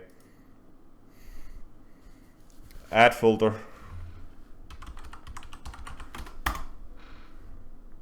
And then put those in there.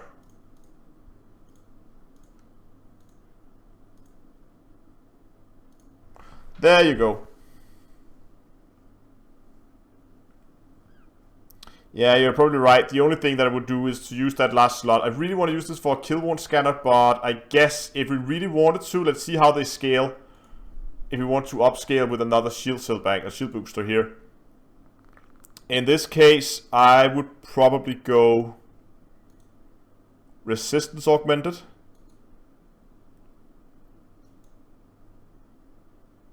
Pushing us over our power limit, but that's okay. We haven't. Just gonna do like that. There we go.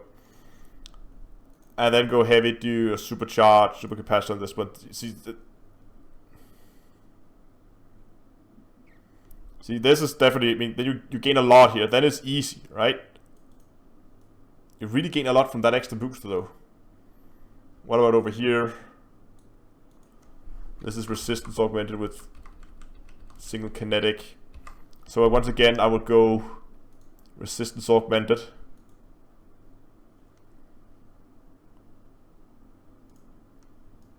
Power plant in there. And then go.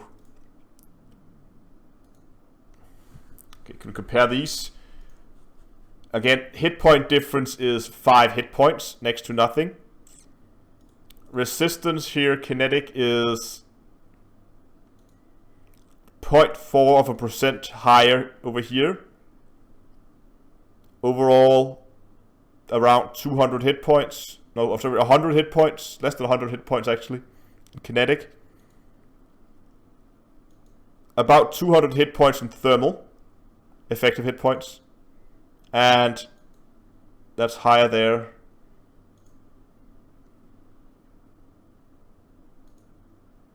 Okay, so we gain a little bit. It's pretty much the same again.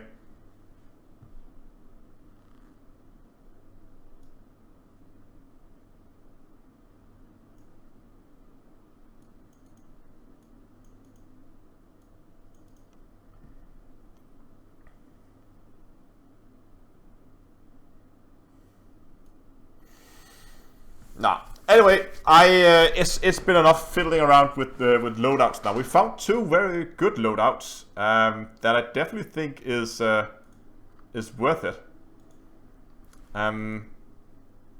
Which one I like, I don't know. I'll figure that out. This one is a little bit more cluttered, I guess. I might go with this one because it's slightly more stylish, I think. Going resistance supercapacitor most of the way and then just one kinetic to compensate. I don't know. Can I get a copy of this somewhere? Yeah, I'll post them. Post the links. There you go. No, clearly I won't. Because links is apparently too long.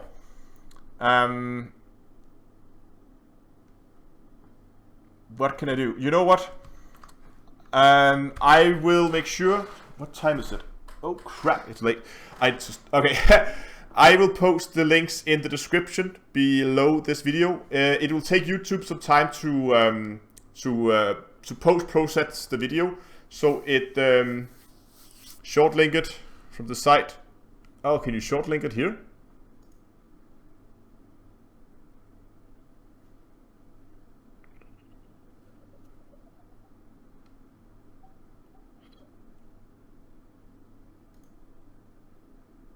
Nope.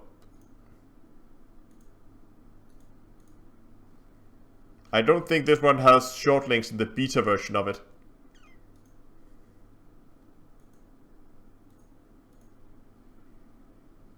Sorry. But as I said, I'll post the links. Post in 2 halves. Will that even work?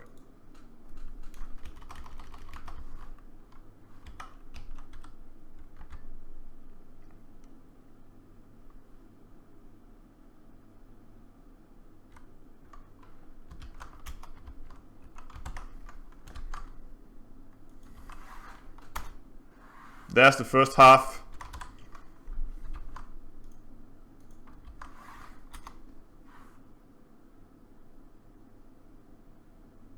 No, I don't have all, but anyway, that's the 2 halves. I will make sure to post the links, as I said, in the description.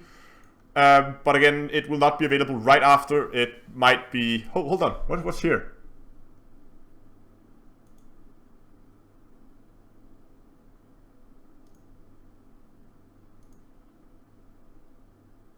Ah, okay. Anyway, it will be in the description once YouTube is done pre-processing the stream. But I'm gonna call it because it is very, very late now, and I should have gone to bed a long time ago. So that obviously also means that there we go. That the normal after party on Discord today, I'll probably cancel that because I'm gonna go to bed now. So anyway, thanks a lot for you guys for watching. I really hope you liked the stream. If you did, remember to drop a like down below. If you have not subscribed to the channel already, remember to do so. And if you want to support the channel, there's also a link in the description for Patreon, where you can go and become a Patreon. There's also a link for a place where you can do a one-time donation if you want to. So, thanks a lot for watching, and until next time, I'll see you guys in space.